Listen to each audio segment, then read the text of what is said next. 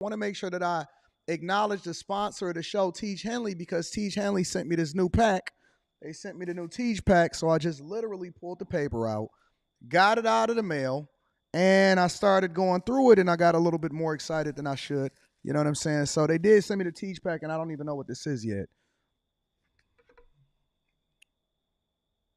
So I'm assuming this is what you get when you first order your Tiege, and I don't know what this is. Oh, this is dope. This is absolutely dope. Is this a nail kit? Ladies, get this for the fellas. Fellas, don't wait for the ladies to get it for you. This is free. This just comes with it. 30% off your first order plus 20% off for life. Literally. Oh, snaps. I didn't know that they were sending it like this. Real talk. So this is the nail kit that they sending you.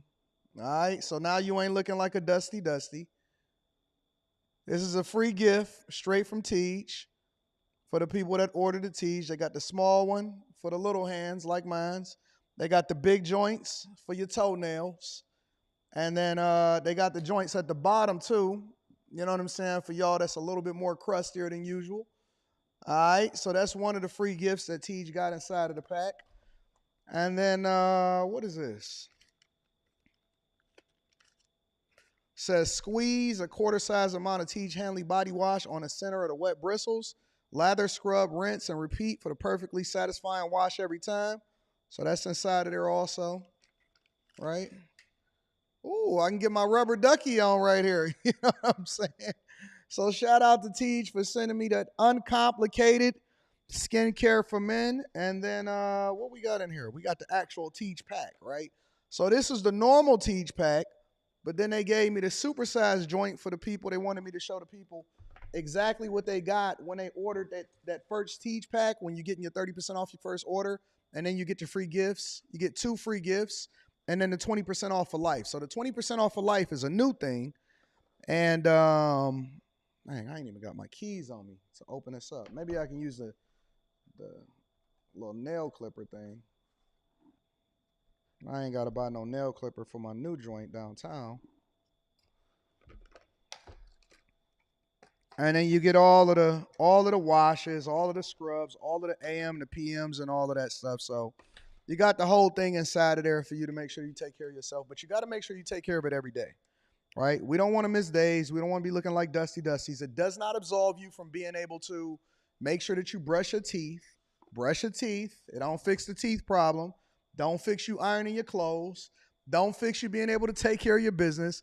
But it absolutely makes sure that your skin is phenomenal, even when you go in between shaves. You know what I'm saying? So shout out to Tiege Hanley. We absolutely appreciate you. Thank you for continuing to hold us down. I might do an official Tiege commercial, but I like just talking authentically to the people. I like giving the people the authentic look of what it is that you're dealing with, and I want you to hear from me personally, because anybody can do that little pitch and they can make some little videos, but very few of us can actually speak to the products of exactly what it is that you're supposed to use. So yeah, Tiege Hanley, 30% off your first order, and then 20% off for life. That's the Anton Daniels pack, 20% off for life. Using any other Tiege pack, make sure that you go ahead and let that go. And make sure you tap into the link that's in the description and take care of it, all right?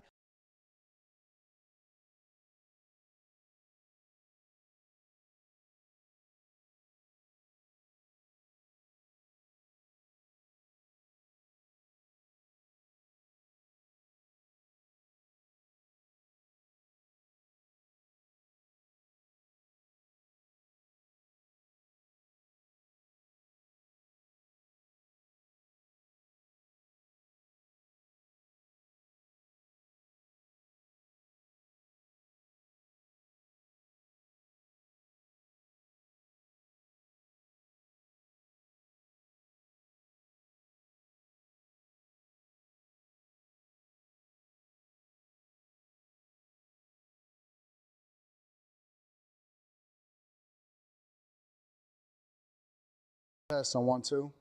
Testing. There we go. All right, we had to do a little bit of reset on the mixer, but we here. What's going on is Anton from AntonDaniels.com. I appreciate you guys for continuing to rock with me. Thank you for tuning in for another edition of the Millionaire Morning Show. I'm your host, Anton Daniels.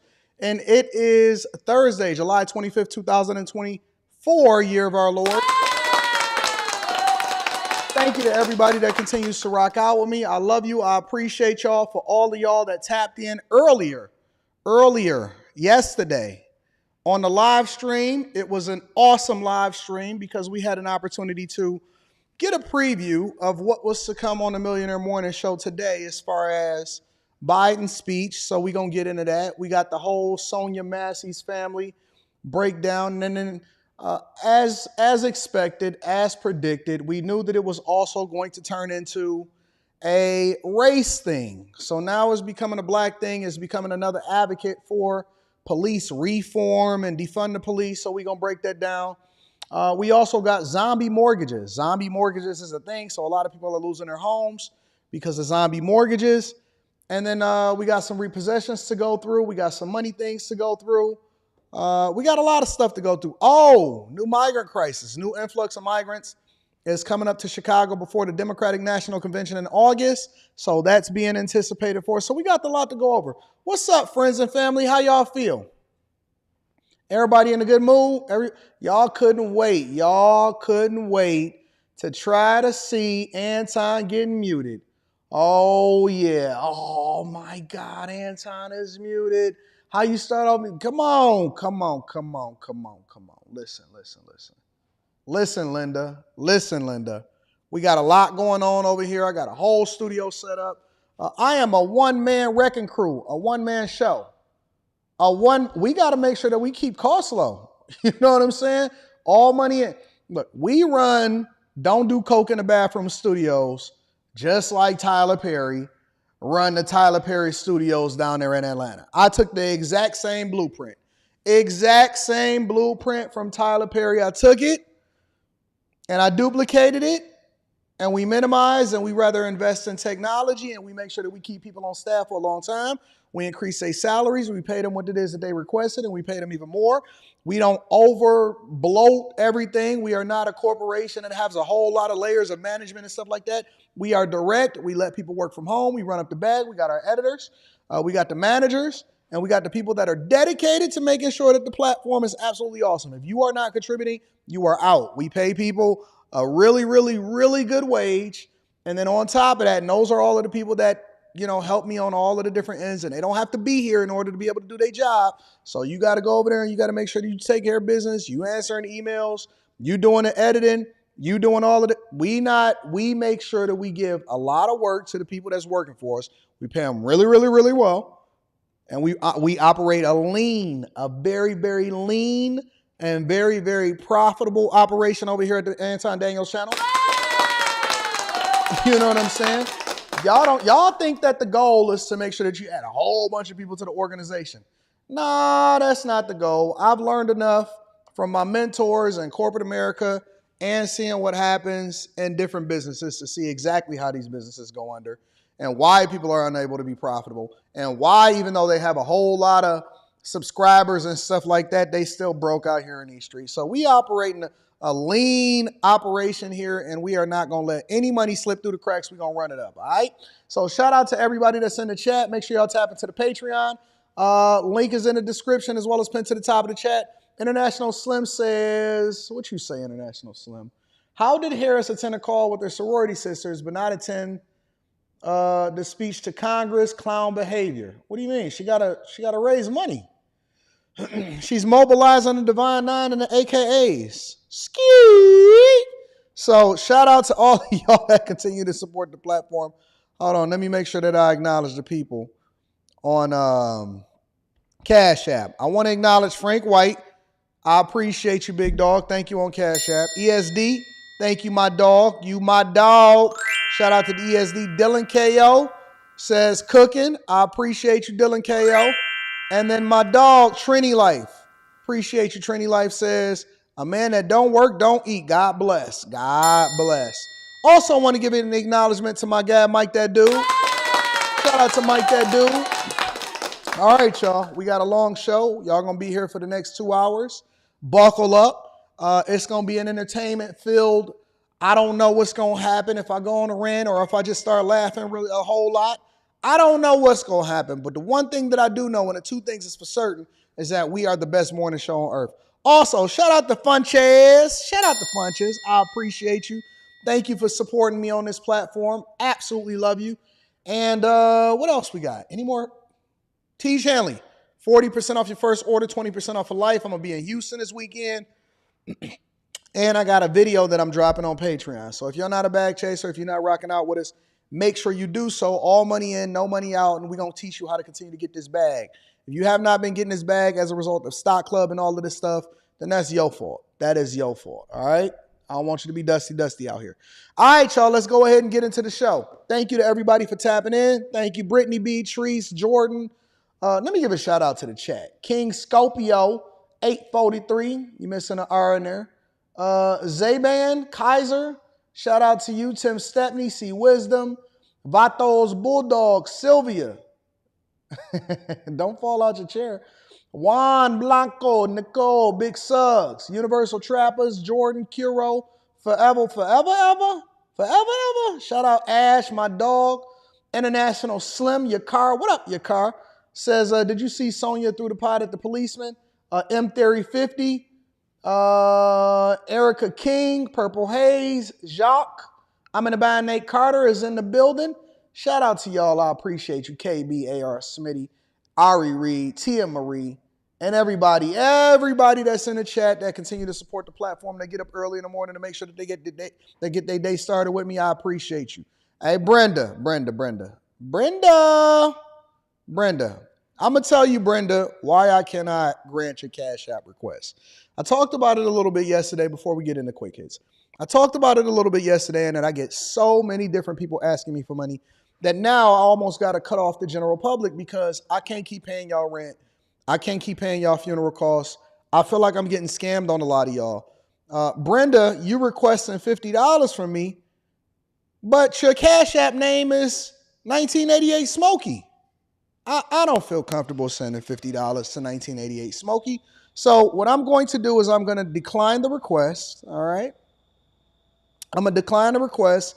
I don't feel comfortable with somebody just sending me a Cash App request for a donation that I don't even know what they're asking for, and their Cash App name is 1988 Smokey. Listen. That means that you are comfortably in your late 30s. I don't want to send anybody any money that says that they're smoking. And I can't keep getting finessed. I try to do the right thing. I try to help people. And then a bunch of other people come in and they mess it up for everybody because I just can't be sending money out to everybody. Listen, I'm doing okay, but I can't take care of the world and I can't be sending it to 1988 Smokey. So shout out to you, Brenda. Please do not find my Cash App and do not find my PayPal inside of the chat anymore than ask me for money. We're running a business and an operation out here, and I feel like I'm being taken advantage of. So if I am no longer granting any requests, it's because y'all have finessed me out of thousands and thousands of dollars, and I do not have any more money to give out to the general public because you're taking money out of my daughter's mouth at this point, all right? Shout out to Spider Clamp in the building. I appreciate you. Spider Clamp says, why can't people just understand there are people who just make bad decisions in every aspect of life? Not everything is race related. I 100% agree with you, and this is why I align with people based off of character and not race, because I do not believe that just because you were born a certain way and that's just the way that it was, that then you supposed to somehow get a leg up or you supposed to get some type of sympathy. I'm not going for it. I got my iPad out here today. I'm going to be taking notes during this Biden speech, and we got a lot to go over. Shout out to my dog, Spider Clamp. You've always been supporting the platform and looking out for me, so I appreciate you. All right? I know I'm being taken advantage of. But, you know, it just is what it is. That's just the way that life goes. I appreciate you again. Shout out to my dog, Mike, that dude on Cash App also, always looking out for me. Y'all look out for me. I try to look out for everybody else. But then at the same time, I know that there's people out here that's looking to finesse. That's just the way. That's the way that it is. That's the culture, all right? I'll be reading Super Chats and Cash Apps throughout the show. I don't ask for it, but I always like to acknowledge the people that like to support what it is that we got going on over on a Millionaire Morning Show. Without further ado, let's go ahead and get into the show, ladies and gentlemen. Quick hits. Did I do that right? Hold on. I don't like that. I think I did that wrong. What? There we go. All right. Quick Hits. Quick Hits is a segment of the show that we don't necessarily think that we need to dedicate an entire segment to each individual subject, but we definitely want to keep you informed on what's going on in these streets, man. All right, first things first. Down in Atlanta, a famous restaurant owner and a pillar of the community was gunned down. Take a look. Beloved restaurateur gunned down while in his car in a busy portion of the city. Tonight, Atlanta police are still searching for whoever is responsible. Fox 5's Eric Perry spent the day talking with those who knew Chad Dillon. Eric is live outside the restaurant with these details. A lot of reaction to his murder. Eric. Yeah, Christine, a lot of people not accepting what happened last night. I'm going to move out of the way. This is his restaurant. You can see the balloons. There are also flowers and there are candles there as people, again, try to grapple with this loss. I'm hurt. I'm broken. My heart's broke. Bree Dawson is just one of many feeling the immediate loss of Chad Dillon. Atlanta police say they got a call Tuesday just before 4 of a person shot inside of their car near the intersection of John Wesley Dobbs and Boulevard. The medical examiner confirming that person was 33-year-old Chad Dillon. Dillon owned the popular Boiler Seafood and Crab Boil, that's on Piedmont Road, and was working to open another business at the place where he was killed. I sat out here all night. Dawson started this growing memorial with balloons, flowers, and a candle. He meant a lot to the community. Chad was a pillar of this community. Chad was the community. Chad is Atlanta. Atlanta is Chad. Chad is Atlanta. And for this to happen to him is sickening. It is just a huge void. It is, and I'm not really sure if that's ever going to be able to be filled up. RJ owns the Smoke Trip Smoke Shop next door to the Boiler. He says they opened up their businesses at the same time and quickly became friends. He's always there for people. He did Thanksgiving turkey, give out, and I'm just lost for words at this point. I went inside these prisons and talked to inmates and helped them with life skills, social skills, and business skills. Giving back was important to him. This from when he came on Good Day Atlanta to talk about helping those behind bars create business plans when they get out. I work right here at the boiler as a dishwasher. I started as a dishwasher, and that was, to me, that was opportunity, but it was also a chance to show me he had faith in me, despite my background. You have somebody that's motivational, this young like that, you don't try to harm them, you try to learn from them. Yeah, a lot of emotions coming in. At last check, Atlanta police say they are hoping someone will have surveillance video nearby of where that shooting happened. Hopefully it will give them clues, as right now they need your help. If you know anything, come forward. You can't remain anonymous. Let me say this, right? As we grapple with a lot of these small business owners and people that are successful and pillars of the community and inspiring for other people, remember when y'all was saying, oh man, wealth is silent. People that got money, they're not showing it.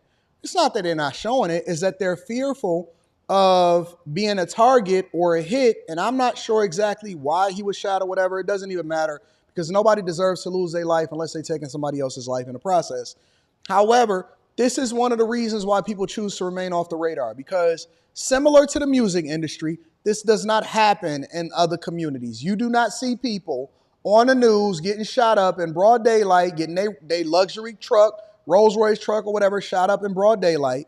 You do not see this. And this is one of the reasons why people don't like other people knowing that they have money. It's not that they're trying to remain wealth is silent or they moving a little different than everybody else as far as them not wanting to show money.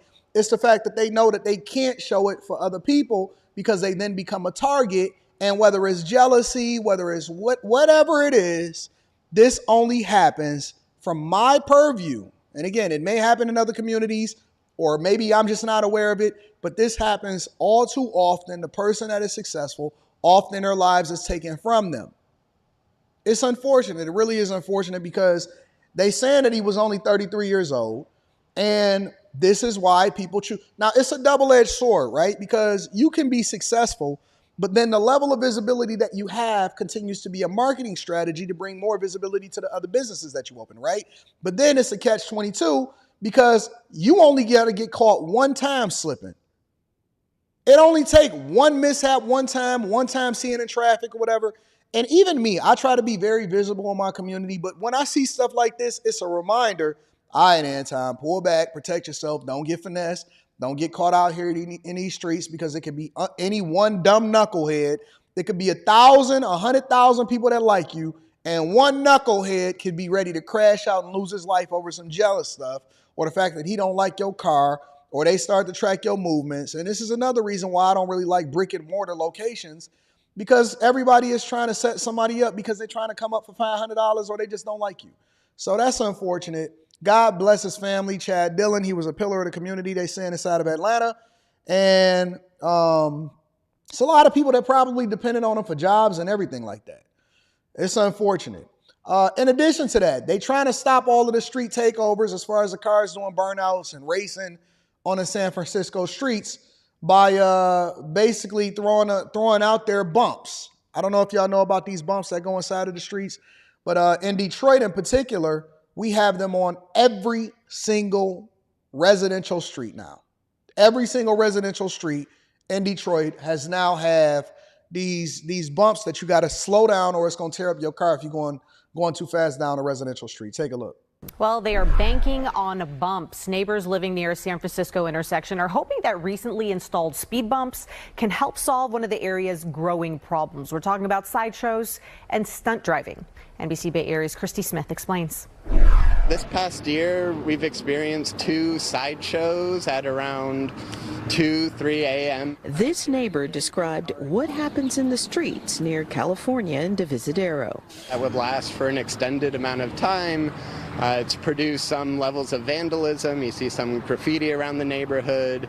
We've heard fights outside of our door. The tire marks left on the street are a lasting reminder of the problem, but a recent city installation is bringing hope that things are about to change. I'm hopeful personally that something like speed bumps is a good next response. Will it fix the problem? That remains to be seen, but I am appreciative that there is some action being taken.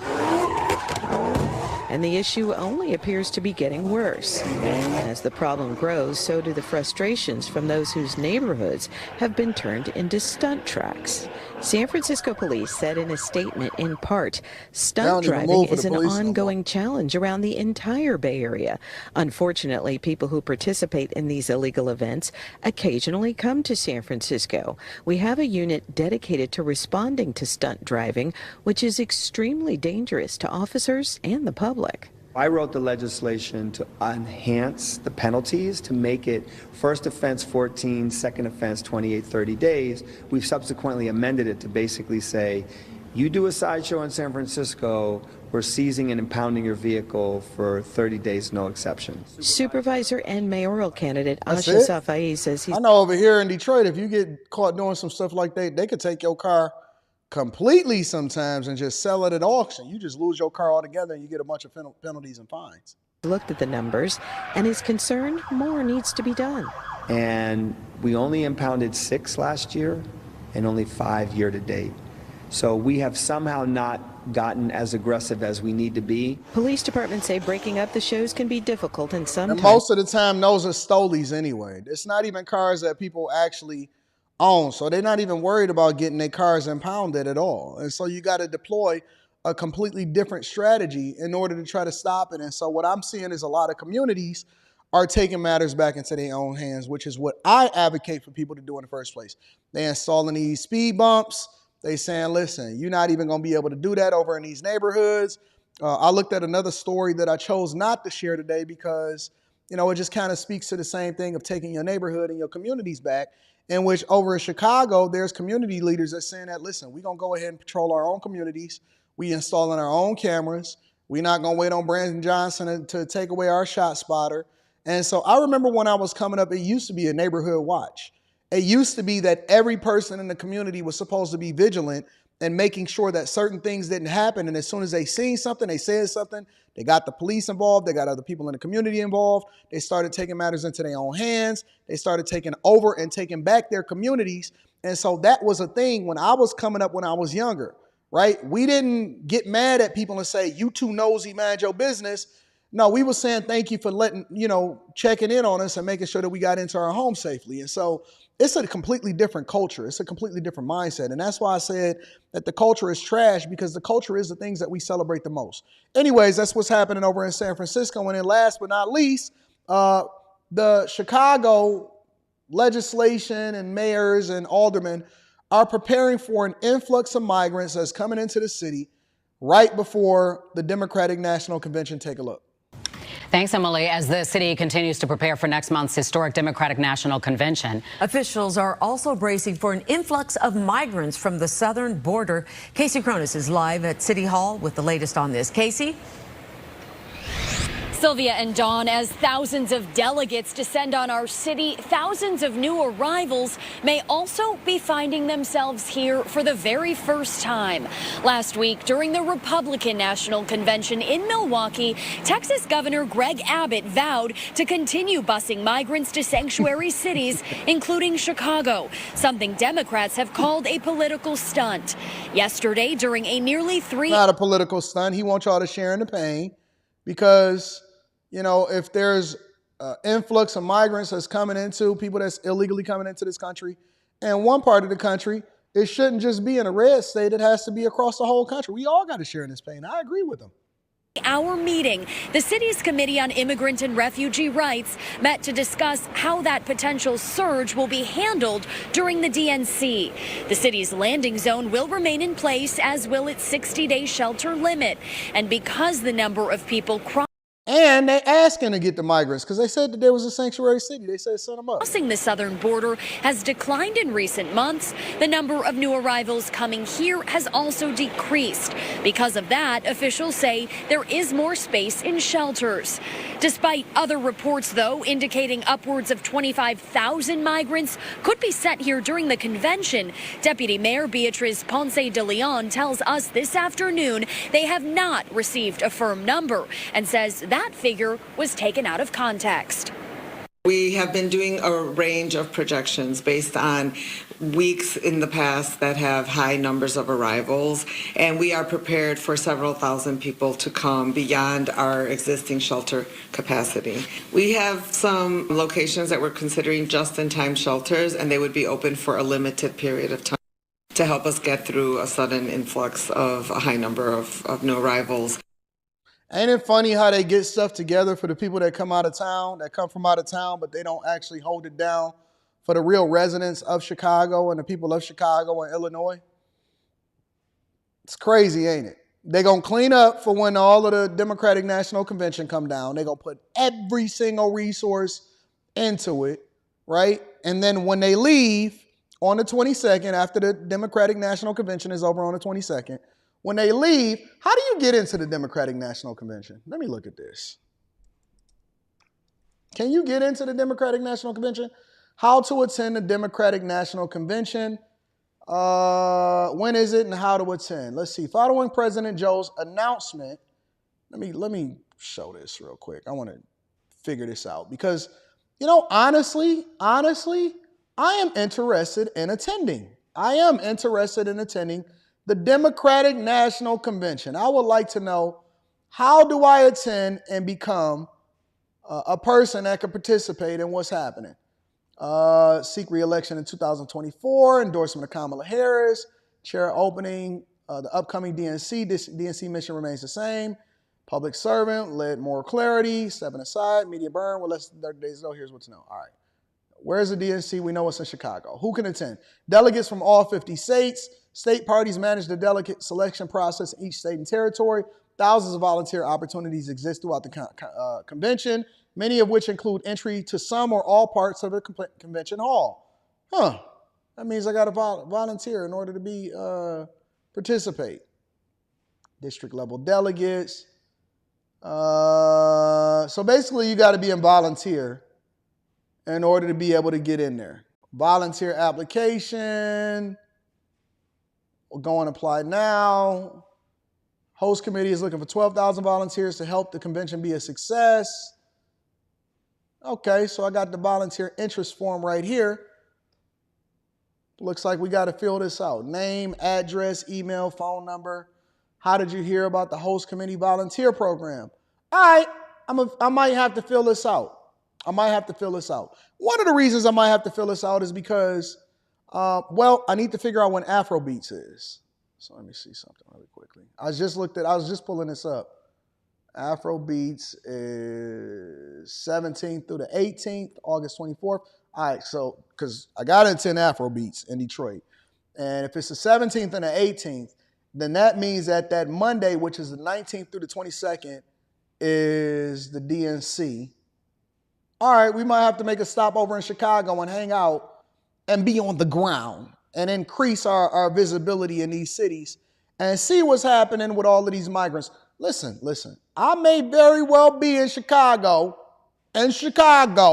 seeing what the crime rate is, seeing if they can try to carjack me out here in these streets. No, you ain't getting time, dog. I may very well be in Chicago 19th through the 22nd in order to make sure that I can see what's happening for the DNC. You know what I'm saying? Anyways, neither here nor there. Ladies and gentlemen, that's your quick hits. All right, let me go ahead and read some of these super chats, and then we're going to be in the building. Brandon Oliphant says, "Good morning, sir. Thank you for the daily game and awareness you pour out. It's been beneficial beyond measure." Thank you, Brandon. I appreciate you. And shout out to your little son, your little one out there in these streets. Miss Crotty Shetty is in the building. Says this is the best morning show on earth. And I appreciate you, Mrs. Crotty Shetty. It never goes unnoticed. Cartier 82 is in the building. Says businesses in Chinatown, New York have crime like this. You mean the Chinatown be having businesses like this going through it? Man. Henry Heck says they got to raise that driving age to 21 over there. You know they ain't trying to do that. They're trying to lower the driving age. Spider Clamp, my guy, says, again, the law-abiding citizens are inconvenienced because the people who take our tax money can't do what they were elected to do, wash, rinse, and repeat. And a lot of times they're not even business people, so they don't know how to manage the budget effectively anyway. Eric Harris says, if I'm a Chicago resident, I'll be outside of the Democratic National Convention protesting against their open borders. Shout out to Eric Harris. Hey, have y'all heard from Tiffany Henyard lately? Tiffany Henyard been quiet. Or maybe she just haven't been on my radar. I just thought about it like, man, Tiffany Henyard ain't really been making no waves and no headlines lately. Have y'all been paying attention? Anyways, y'all keep me up to date on what's happening out in these streets. Or maybe there's just more important things that we need to take care of, all right? All right, so without further ado, let's go ahead and pivot real quick, ladies and gentlemen. So Joe Biden did his first pop-out since he's decided that he wanted to no longer be in the race for president of the United States of the Americas. We all knew that this was going to happen. This was not anything new. Everybody was acting surprised like it wasn't planned. Oh my God, Joe dropped out. Kamala's up next. No, we knew Kamala was coming and we were prepared for it. And that's why she showed up at Boule in Dallas anyway. But neither here nor there. Okay. So Joe Biden, he stayed low for a little bit. They said that he stayed low because he had COVID. Even though he was walking around in a Latin and Mexican restaurant giving it to everybody, I want to know, did they backtrack to find out if there was an outbreak and he gave a whole bunch of people COVID because he was shaking hands and kissing babies? You know what I'm saying? But anyways, he had about an 11-minute speech yesterday, which we didn't anticipate it being really long. And so we live streamed it on the Anton Daniels channel. If you're not a part of that, then you need to become a part of the Anton Daniels channel. Subscribe to it. If you guys have not hit a like, ooh, these likes are low. What are y'all doing? Once we start the live stream and we eclipse 1,000 people that's in the live stream, it's no reason why we should have likes this low. No reason whatsoever. Anyways, I'm going to read that super chat shortly. Shout out to my dog, Norm. I appreciate you, big dog. That's my guy in real life. But anyway, so we live streamed it yesterday. I'm going to read that right after this, Norm. Shout out to you, big dog. We live streamed it yesterday, and I gave y'all my initial thoughts, but I want to break it down. I want to actually speak to the issues right here on the Millionaire Morning Show. I want to speak to the issues that I have with what he expressed in order to be able to endorse Kamala Harris in the first place. Make sure y'all hit a like for the algorithm, subscribe to the channel, turn on your notifications. I will be in Houston this week for the meetup, and it's going to be lit. I'm going to be there. Rita going to be there. Q going to be there. 2K going to be there. Mika gonna be there. Quentin gonna be there. Slimmy gonna be there. We all gonna be there, all right? Let's get into this speech, y'all. My fellow Americans, I'm speaking to you tonight from behind the resolute desk in the Oval Office. In this sacred space, I'm surrounded by portraits of extraordinary American presidents. Thomas Jefferson wrote the immortal words that guide this nation. George Washington, who showed us presidents are not kings. Abraham Lincoln, who implored us to reject malice. Franklin Roosevelt, who inspired us to reject fear. I revere this office, but I love my country. He sound like he had a stroke, bro. I had an uncle. I got an uncle that had a stroke, okay? Honestly. And it's not just old age. It's the slowing of the words. It's all of that. It's not a good look. It's not a good look. Thankfully, God willing, he recovered, and it was an awesome situation. But I did have an uncle, and he wound up having a stroke, and it kind of similarly is like this. It's a lot of side of the lip, one side of the hand. His on our screen is his right, but our right, but his left. It's always that left side. The sciatic nerves start getting bothered. And so, you know, it just sounds like he's tired. It sounds like he need a blankie. It sounds like he need a quilt. Okay, let's continue, y'all. Country more. It's been the honor of my life to serve as your president. But in the defense of democracy, which is at stake, I think it's more important than any title. I draw strength and I find joy in working for the American people. But this sacred task of perfecting our union, it's not about me. It's about you, your families. Okay, Joe. Your futures. Got it. It's about we the people. We the people. We can never forget that. Okay. And I never have. I've made it clear that I believe America is at an inflection point. One of those rare moments in history when the decisions we make now will determine our fate of our nation and the world for decades to come. America's going to have to choose between moving forward or backward, between hope and hate, between unity and division. Now, for anybody that's watching this, if you can see this throughout the show, you can actually see the teleprompter coming up and down. So let me give Joe a little bit of rope here, because these are not his authentic thoughts. These are the thoughts that are given to him to speak to the American people to ultimately pass the choice or pass the torch over to the next generation, as he'll go into.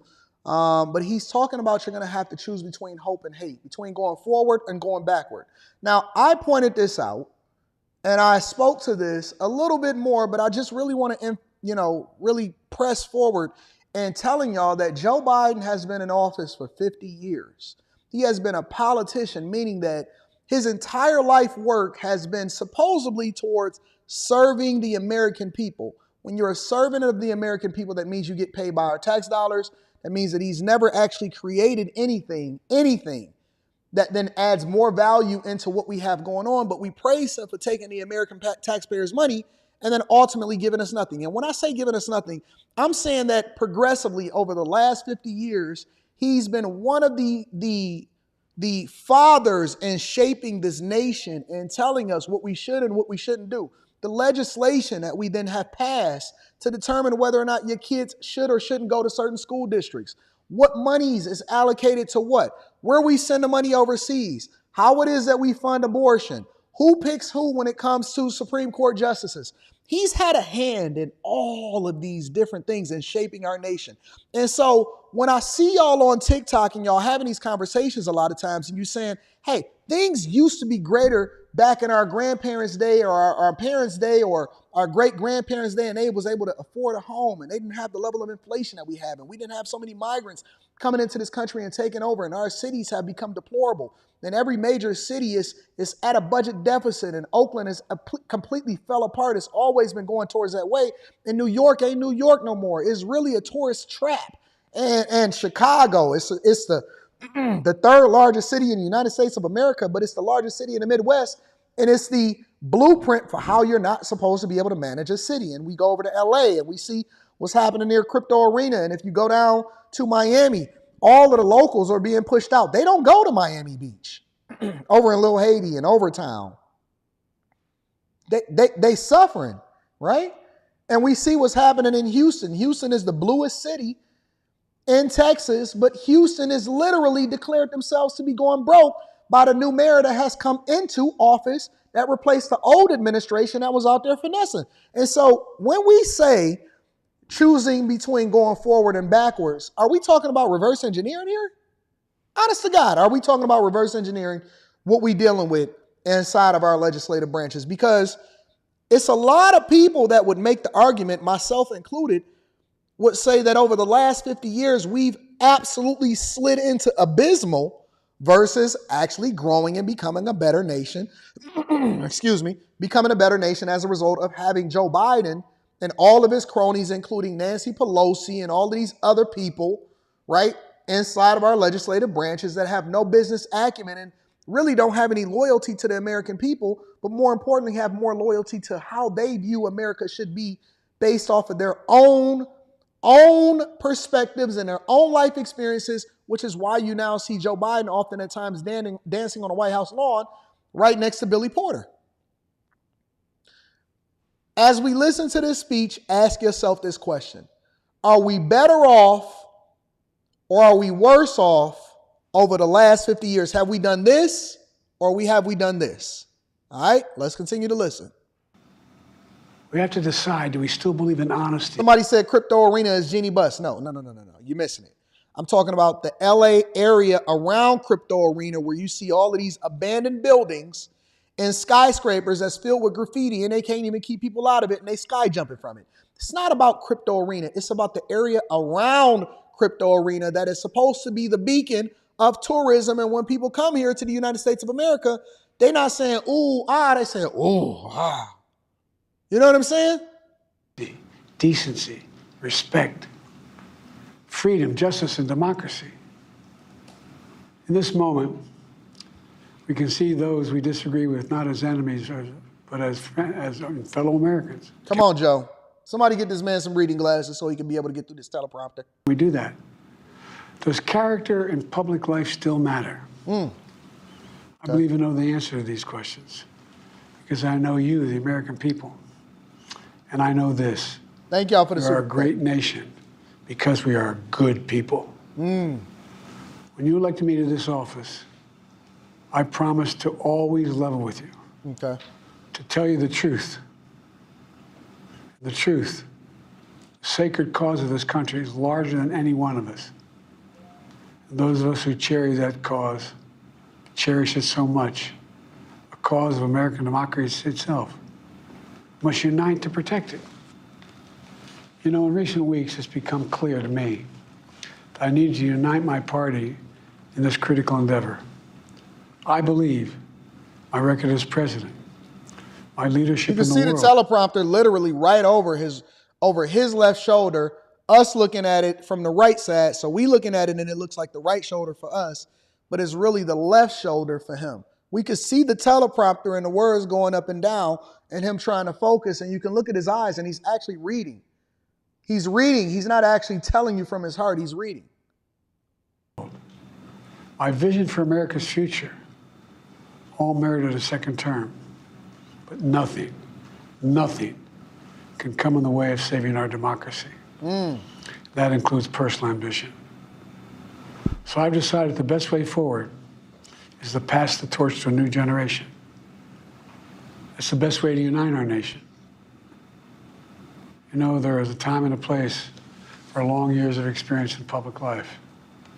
There's also a time and a place for new voices, fresh voices, yes, younger voices.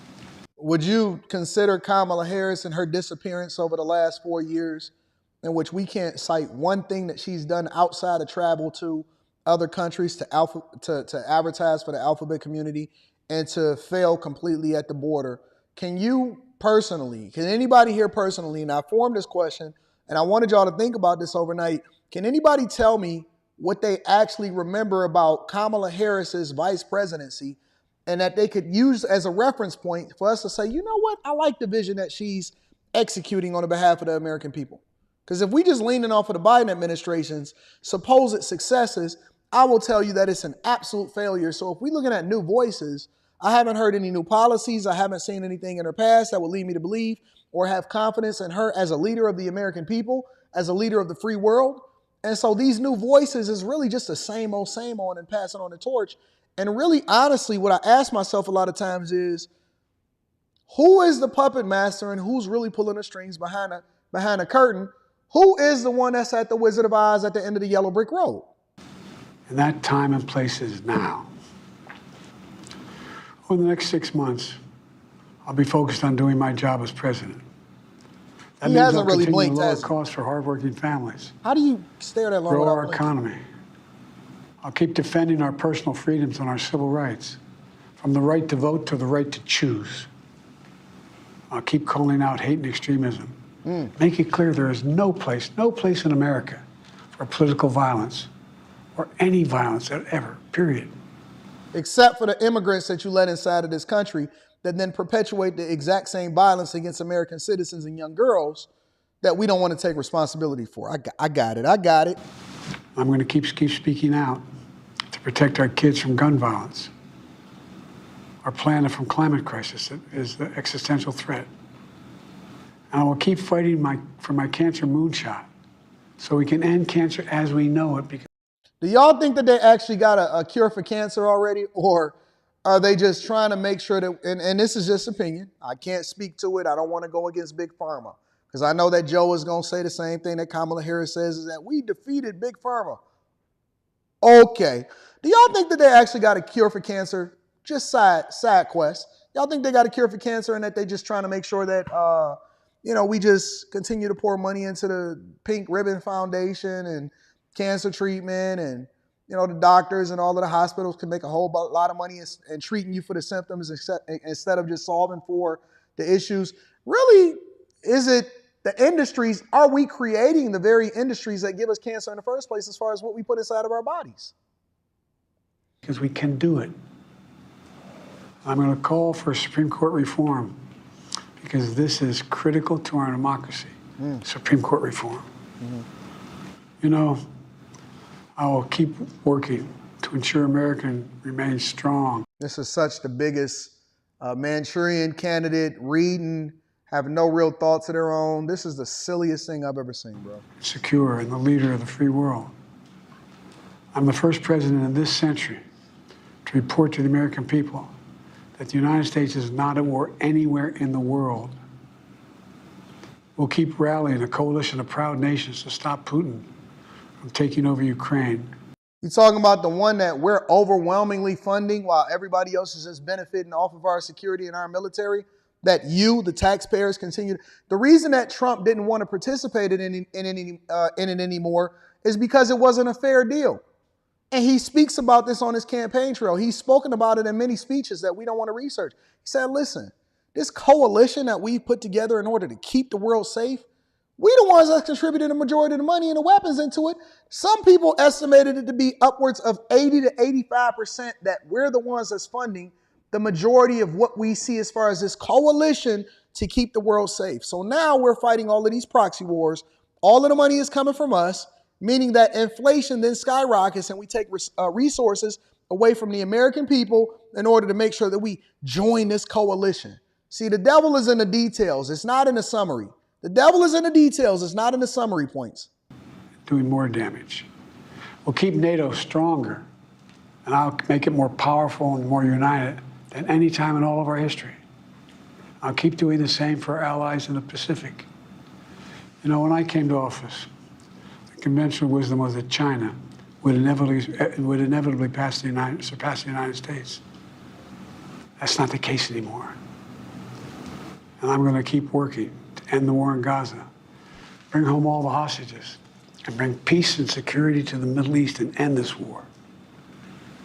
We're also working around. When do we ever end wars outside of bringing our American troops home? During, I believe it was 2018, if I'm not mistaken, from Afghanistan. When do we ever end wars? We literally released What did they call him? The God of War or something like that in order to get Brittany Griner. Oh, okay. All right. I finally got it. Let me write that down. Brittany Griner. We can give that to Kamala Harris. Finally found something. We can give that to Kamala Harris. Kamala Harris traded the God of War, the Lord of War, who was literally being documented in the Nicolas Cage movie. We see exactly who this guy is. We negotiated and we traded one of the worst humans on the face of this earth for Brittany Griner. Oh, we left some other Americans over there. We didn't get that. We got the bad end. Boy, if we didn't get the bad end of that stick, I don't know who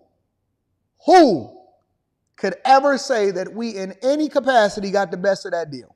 We traded the Lord of War for Brittany Griner, who has now, ladies and gentlemen, said that WNBA player said that she's now a father. Pronouns, him, shim. Merchant of Death. That's what his name was. We traded the merchant. Think about this, y'all. I'm not going to let y'all forget this. We traded the Merchant of Death for Brittany Griner. I would have took Brittany Renner before I took Brittany Griner. I would have took Brittany Renner before I took Brittany Griner, and that's a fact, though. Let's continue. The clock to bring home Americans being unjustly That's on Kamala's watch. All around the world. You know, we've come so far since my inauguration. On that day, I told you, as I stood in that winter, we were stood in a winter of peril and a winter of possibilities. Peril and possibilities. Mm-hmm. We were in the grip of the worst pandemic in the century. Mm-hmm. The worst economic crisis since the Great Depression. The worst attack on our democracy since the Civil War. We came together as Americans. We got through it. Mm. We emerged stronger, more prosperous, and more secure. More prosperous. Today we have Hey, let me ask y'all a question. How many of y'all, and I listen, don't you lie to me, because I already read y'all riot act yesterday, and I said, listen, I see you keep eating nice. I see you keep taking showers at Planet Fitness. The only reason why you got a membership, keep using all of the water, and then getting a Tootsie Roll and a bagel on your way out, getting pizza. I see you, ain't lifted a weight in your life. Only thing you doing is you showing up at Planet Fitness in order to take a shower. Why? Because van life, right? How many of y'all, listen, homelessness is running rampant. How many of y'all feel more financially secure? Not the bag chasers. Bag chasers, y'all not a part of this, all right? If y'all want to become a bag chaser, make sure y'all tap into the Patreon. Link is in the description as well as pinned to the top of the chat. How many of you casual watchers feel more secure and comfortable over the last 3.5 years than you did over the last 7.5 years? Just a question, because I know I was running up a bag in 2016 through 2020. How many of y'all feel more financially stable? Because I see y'all. I see you eat nice. I see you stealing juice and pop. Oh, y'all call it soda. We call it pop here in Detroit. I see y'all stealing soda, going into 7-Eleven, going into the Slurpee station. Hey, can I get some water? Can I get some water? Yeah, you can get some water. They watching you, you watching them, they watching you. As soon as they go to help another customer, you pour the water out and you get some brisk iced tea, or you get some Sprite and mix it in with the orange Fanta. Stealing soda and stealing juice. You know why? Because it's hard out here. How many of y'all have been stopped by, or even stopped yourself when you seen loss prevention inside a Walmart or Target? Because the Target loss prevention ain't no joke. How many of y'all have stopped yourself right at the sign of checkout? You was going to try to ring it up as bananas. But you decided, you know what? I'm going to just pay for this because I'm not trying to go to jail. How many of y'all have stopped yourselves from almost getting arrested at Walmart or Target from taking something that you wasn't supposed? I'll do you one better. Because see, they don't really want to talk about it. They don't really want to have the conversation. How many of y'all, you don't have to say anything. This is like church. Just turned to your neighbor and said, I was stealing. How many of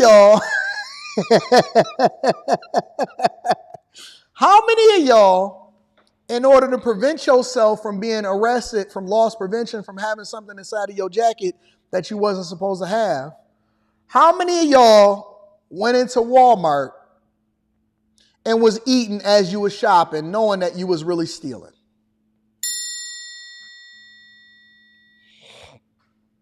You know what it is. Either you went over to, because as soon as you go into Walmart and you work your rights, it's the hot part. It's the deli, it's the bakery. You may get you some General Tso chicken, you know what I'm saying, or some sesame chicken. Then as you shop, you know you only going to get $13 worth of stuff, but you're going to eat $25 worth of food as you're going through the aisles. How many of y'all said, I didn't steal nothing because I didn't take nothing out of it, but you left out with a full belly with no vegetables? You skip right over the vegetables, right over the fruit, and you was eating that sesame chicken as you was shopping through the aisles, acting like you was really caring about what was in the aisles. You bought some gum and some Sour Patch Kids, but you ate $27 worth of food as you was walking through the Walmart aisles. Don't say nothing. Don't say it out loud. Just tell me, how many of y'all have been eating while you was shopping and you did not pay for what it is that you ate in the aisles? That's all I want to know. Because that's going to tell. See, I know this is the real measure of whether or not a community is thriving or not. Do you see empty packages inside of the aisles when you go and you do the overnight stockers? Because I know the overnight stockers know what's really happened. Do you see empty boxes and stuff like that from people eating and then stuffing it in the aisle and then kept it moving? Oh, you didn't know that I know that you was doing it? You didn't know that I know. And then the nerve of you. You gonna sit there, eat your food, and then you gonna stop by the soda aisle and then wash it down. And then got the nerve to get mad because they stopped you and they looking at you crooked. You gonna wash down your food. Every day you come in at the same time, shopping and eating. You get $13 worth of stuff and you eat $27 worth of food. Now, don't nobody get no bright ideas that wasn't familiar with this, because I don't want y'all sitting there saying, well, Anton said that we should do it. No, Anton did not say that you should go and get a misdemeanor on your record from going and doing something that you're not supposed to do. I'm just addressing what Joe Biden is saying, and I'm fact-checking it. I'm fact-checking from a C student's perspective, from a person that's really on the ground. We're not going to go by the metrics that they're giving on Wall Street. We're not going to talk about jobs and inflation. We're not going to go off the data points. I'm going off of what I see from Walmart. I keep seeing these women going aisle to aisle, and they eating everything, and they not paying for nothing. Keep on getting up to the register with barbecue sauce on their shirt. Keep on asking the guy that's at the deli and the bakery for extra barbecue sauce for your chicken strips. Getting your wedges.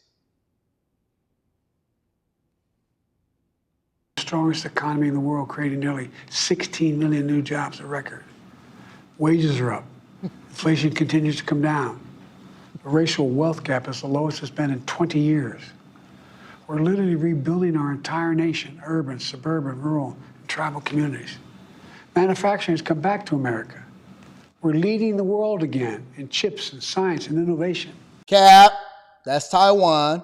All cap. That's why we give so much money. Y'all keep saying, listen, do we got a war going on over in Taiwan? No, that's Taiwan. That's why we give so money over to Taiwan. We finally beat Big Pharma after all these years. Cap. To lower the cost of prescription drugs for seniors. And I'm going to keep fighting to make sure we lower the cost for everyone, not just seniors. More people have health care today in America than ever before. And I signed one of the most significant laws helping millions of veterans and their families who are exposed to toxic materials. You know, most significant climate law ever in the history of the world. The first major gun safety law in 30 years. And today, the violent crime rate is at a 50-year low. Tell that to people over there in Oakland.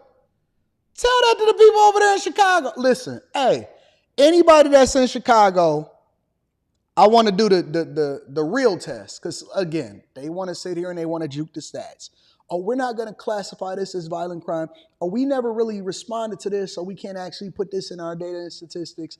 Oh, no, if you got burglarized and broken into and somebody got hit over the head, but they never really reported, hey, you don't really want it. You want to go to the hospital? No, we don't want to go to the hospital. Okay, so we're not going to report it. You can't juke the stats on me. Somebody tell me that's in any of these places, do you feel safer from violent crime than you ever have in 50 years? Cap. Trump just got shot in his goddamn ear. If y'all, listen, the former president of the United States of America can't even get some extra Secret Service agents, and he just got shot in his ear. If Trump ain't safe, I don't feel more comfortable. If Trump not safe, what makes you think that we feel safer in Detroit, Chicago, Los Angeles, Oakland, Houston, New York, Memphis, Phoenix, Dallas, Oklahoma City? Yep, I know what y'all doing down there too. Baltimore, DC, Cleveland, Akron, Milwaukee. If Trump is getting shot in his ear, what makes you think that we feel safer as a country? We're also securing our border. Border crossings are lower today than when the previous administration left office. Listen, this is where you lost me. Look, I could take all of the other juking of the stats and the lies. When he said this right here, I said, okay, you just think I'm Boo Boo the Fool. You think I'm Boo Boo the Fool. I can't believe that they literally said this to our face as though we, the people, have not been sitting here looking at the migrant crisis every single day. Listen to what he just said. Is at a 50-year low. We're also securing our border. Border crossings are lower today than when the previous administration left office. He looked us in our eye and said that border crossings are lower today than when the... I lost my mind. Honest to God, I lost my mind. I said, listen, it's one thing to lie to me and it's another thing to lie to my face. Because you could frame that up. You could disguise that. Let me put up my iPad right now because I just got to talk to the people. You could lie to me, but don't lie to my face. He said out of his mouth. Now, I just want to make sure because I'm a C student, so we just going to rewind one more time to make sure that we heard what we thought we heard. Rate is at a 50-year low. We're also securing our border. Border crossings are lower today than when the previous administration left office.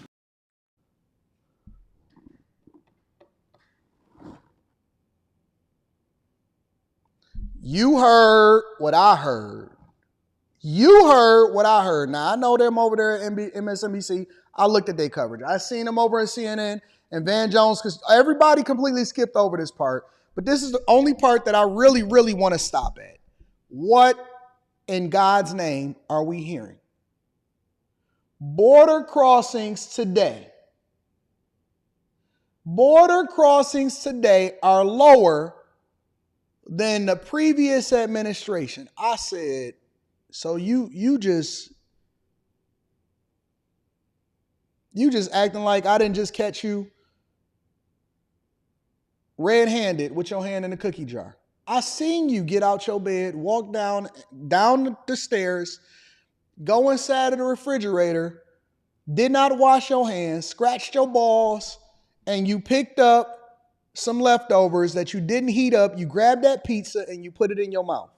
So you saying I'm not looking at you stuck at the refrigerator right now with your hand inside of the refrigerator and it's open? Oh, no, I didn't do that. I seen you on the camera. I thought it was a burglar in the house, so I came down and I caught you red-handed with your hand inside of the cookie jar. You telling me you ain't eat no cookies? And it's got crumbs all over your shirt. You telling me you didn't eat no cookies? I didn't eat no cookies. What in the devil are we listening to right now? He told us that border crossings are lower today than the previous administration.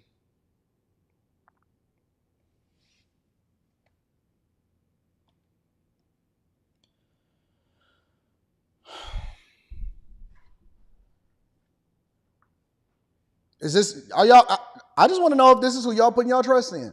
Is this who you're putting your trust in to say, listen, I believe Joe, I trust Joe. Over the last 50 years, he has never lied to my face, and he's passing the torch to Kamala Harris, who just so happened to be the border czar. And he sat here and told us to our face, in a live address since he's just got over the vid, that the border I just did a whole report right here. Look, check this out. Thanks, Emily. As the city continues to prepare for next month's historic Democratic National Convention, officials are also bracing for an influx of migrants from. We literally, the story before, just had a conversation about how Chicago is bracing for more migrants to come into the city than ever before prior to the Democratic National Convention that's going to be held. Literally.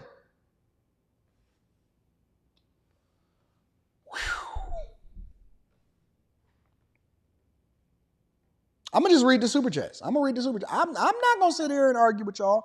I'm going to read the super chats, and then we just going to go over to the next story because I feel like I'm being played right now. My dog, Norm Warren, says, what up, though? Keep up the good old work, Anton. I love you too, bro. Broski. I love you too. Vatos Bulldog says, what would make you vote for Kamala Harris?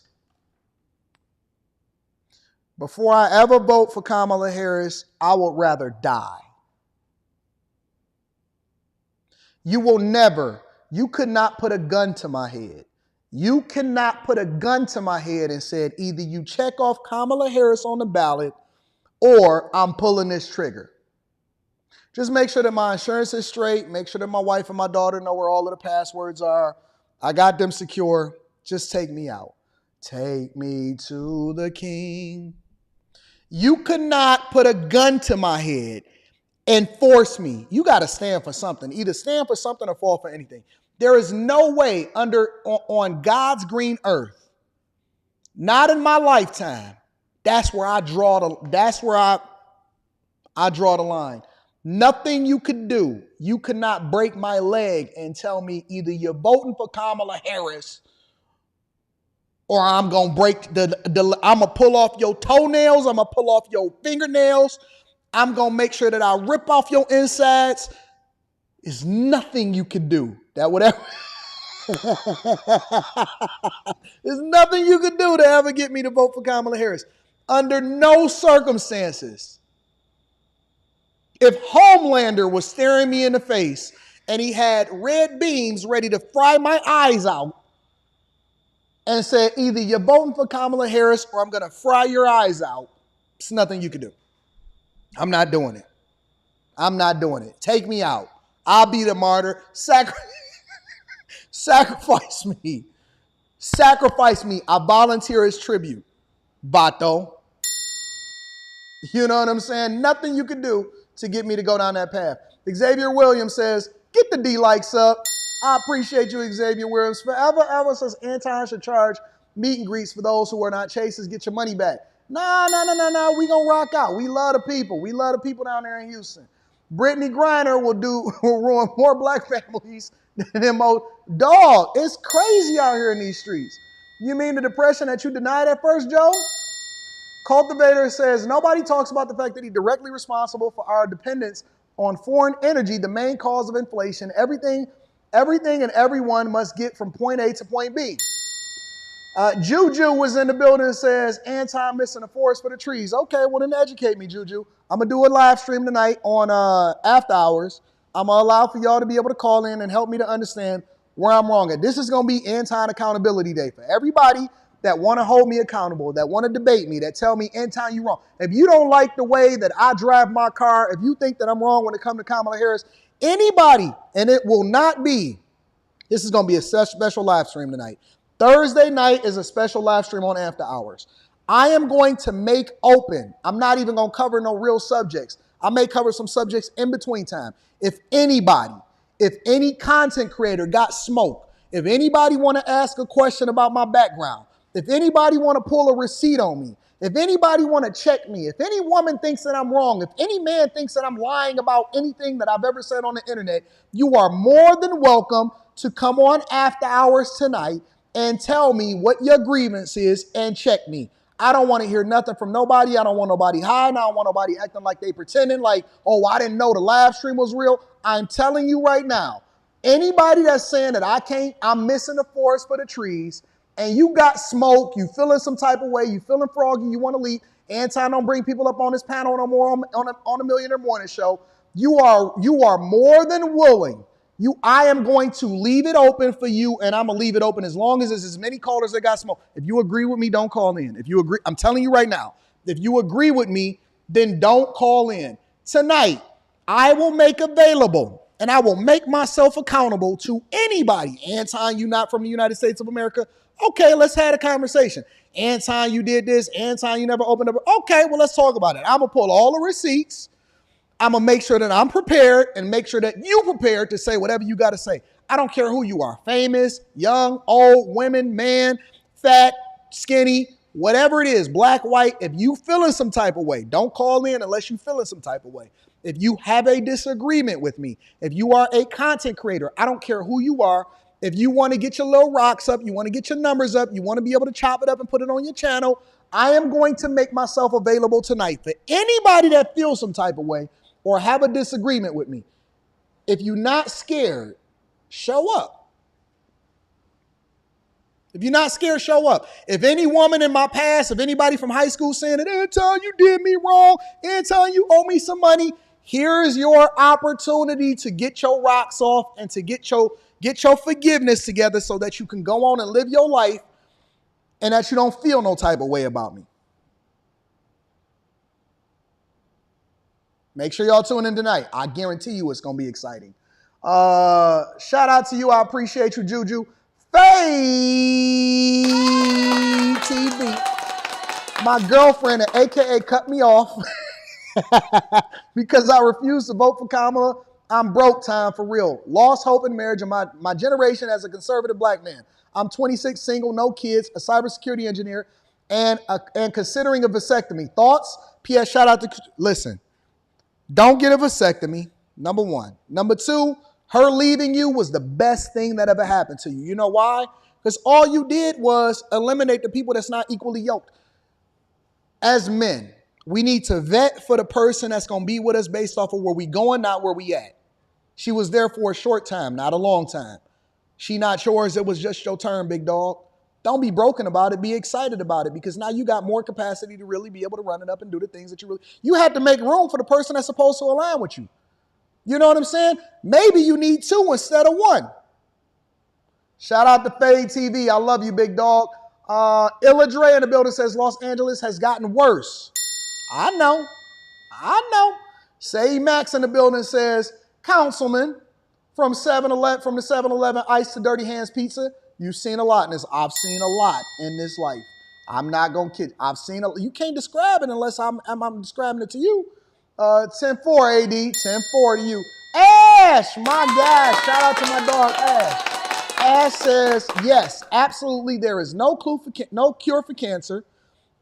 It's called no-vax. According to public records, there's a correlation of skyrocketed cancer rates as childhood vaccinations increased since 1962, and I believe that too. 1986, 15, 2023, childhood vax schedule. That's crazy. They make you get vax in order to be able to register for school. Lenny Deadstock in the building says, I'd rather fight Mike Tyson in the ring than voting for Cam. I'd rather fight 3 Mike Tysons at the same time.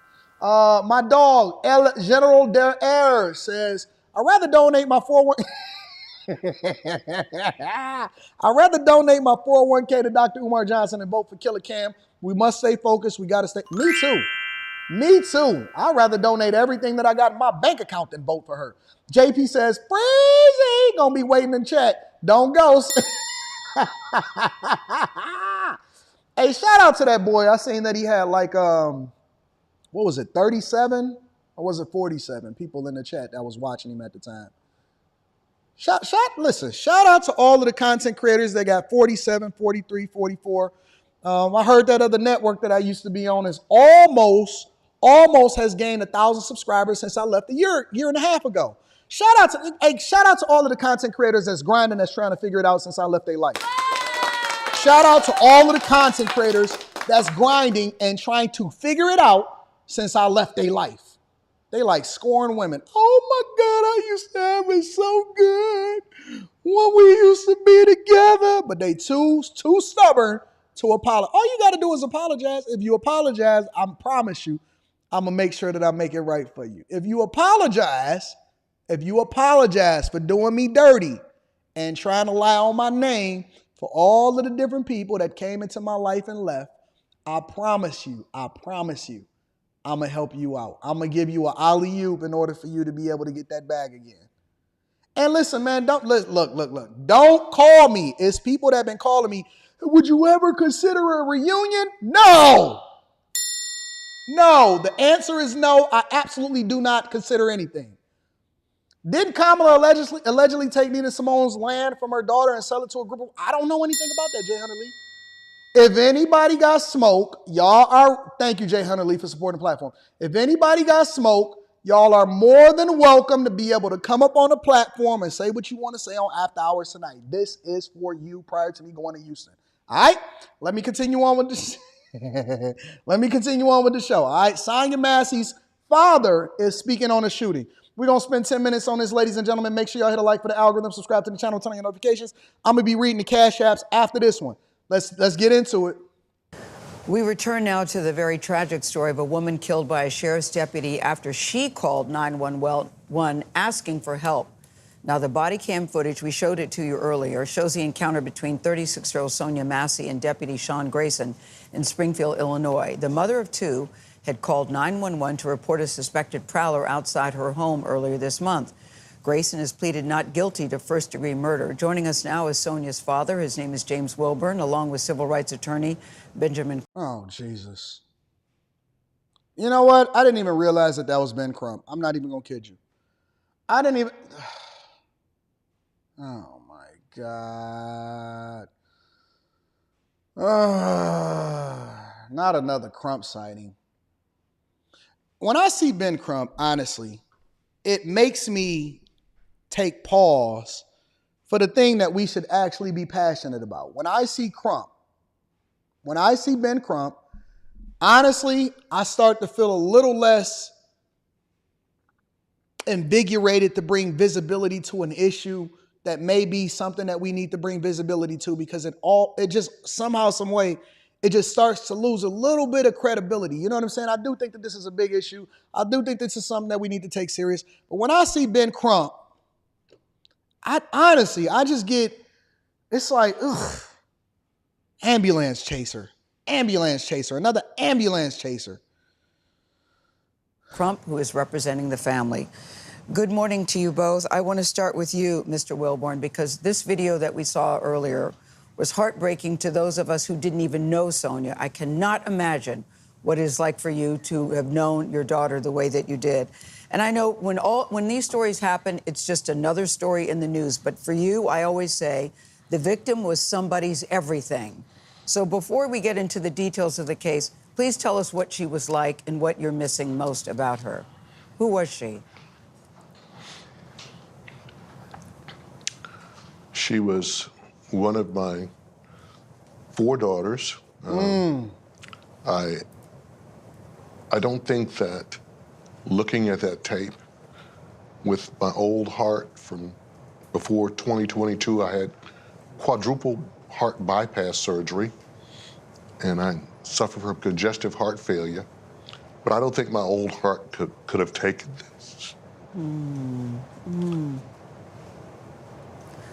You know, I'm hearing that you were told conflicting stories. What were you told, the circumstances of this shooting? Well, I was never told that it was a deputy-involved shooting. We were under the impression that she was killed by the intruder or some other person from the street or something, and they just went in there and found her dead body. You know what the worst part about this situation is that the family has to forever live with the body cam footage, which they need to get the body cam footage because they have to have closure. But then that body cam footage is something that just continuously opens up the wound, because you'll always have to hear somebody talking about it. You'll always have to be able to go and see that video. When you at your weakest, you can go and listen. There is no amount of money. There is no amount of money. I know that Ben Crump is sitting there. The father, I would assume, is of a certain age to where, if we just gonna be absolutely honest, it's not a whole lot of life. Like, he got more years. He has more years behind him than he has in front of him, especially considering what he's saying as far as some of his health issues that he's had in the past. You can't spend enough money, and I'm not saying that the family shouldn't be compensated. Of course they should be compensated. But it will never, ever be enough. It's no amount of money that you can give somebody that truly loves their daughter, that has raised them, and seen that camera footage and say, listen, here's enough for your pain and suffering. I don't give a F about that money. I want my daughter back. And so when you see this guy and he got these bags under his eyes and he's gray in his hair, I can't imagine that when he held his daughter when she was born, that you ever even consider the possibility that a police officer, not an intruder, because see, if it's an intruder or if it's a burglar or if it's somebody in a community, it's just as devastating, but it's not as devastating just because, crime, oh my God, I can't believe it. You kind of expect for certain things to happen. And he said it. He said, listen, we thought that an intruder came in and killed her. But when you find out it's a cop, it's almost like that's one step away from it being your friend that killed you. Because these are the people that's supposed to be protecting you. And you get to see it on video. I did not find out that the deputies killed her until my brother asked for Sonya's address, and I gave it to him. Mm-hmm. And he said, brother, this says deputies involved. And I'm like, what are you talking about? But we were all misled to believe that. And then there was a story that this was self-inflicted, a self-inflicted gunshot. Oh my goodness. So I think the cover-up started from just right after it happened. And thank God for the body camera footage. It's probably the most horrible and heart-wrenching thing that we've ever seen in our lives. But if it were not for the body cam footage, we would not have known that this occurred. They could have covered it up. I say thank goodness, too, for that body cam footage, because we in the video, it clearly shows she was not approaching him with steaming hot water, number one, which is what he said at the beginning. When he was asked about the gun, clearly there was no gun. She had said to the officer, I rebuke you in the name of Jesus, which seemed to set him off. What do you think she meant? Because when you speak the name of Jesus to demons, they get upset about that. If you would have said, hey man, you got the devil in you, it wouldn't have been as upsetting. Look, to people that are evil, if you say, oh, you full of the devil, that is not as piercing to their heart as I rebuke you in the name of Jesus. If you seen what his response was when she said that, he was like, man, I swear to God, I'll shoot you in the face. Some people was trying to refer me to another angle where it was saying that, oh man, she threw a pot of hot water or she was approaching him with a pot of hot water. Bull crap. Listen, there's nothing that you can tell me. There's no angle that you can sell me. When she said, I rebuke you in the name of Jesus, because he had his hand on his pistol and he was about to draw his pistol and he said, I swear to God, I'll shoot you in the face. She had two hands that was already, she was more likely to get the hot water on herself than him that was halfway across the room. There's nothing that you're going to ever tell me, it's nothing that you can ever justify this with, that's ever going to help me to understand or make me to believe that it was anything other than an unjustified murder. Not killing, not shooting, not self-defense. It was murder.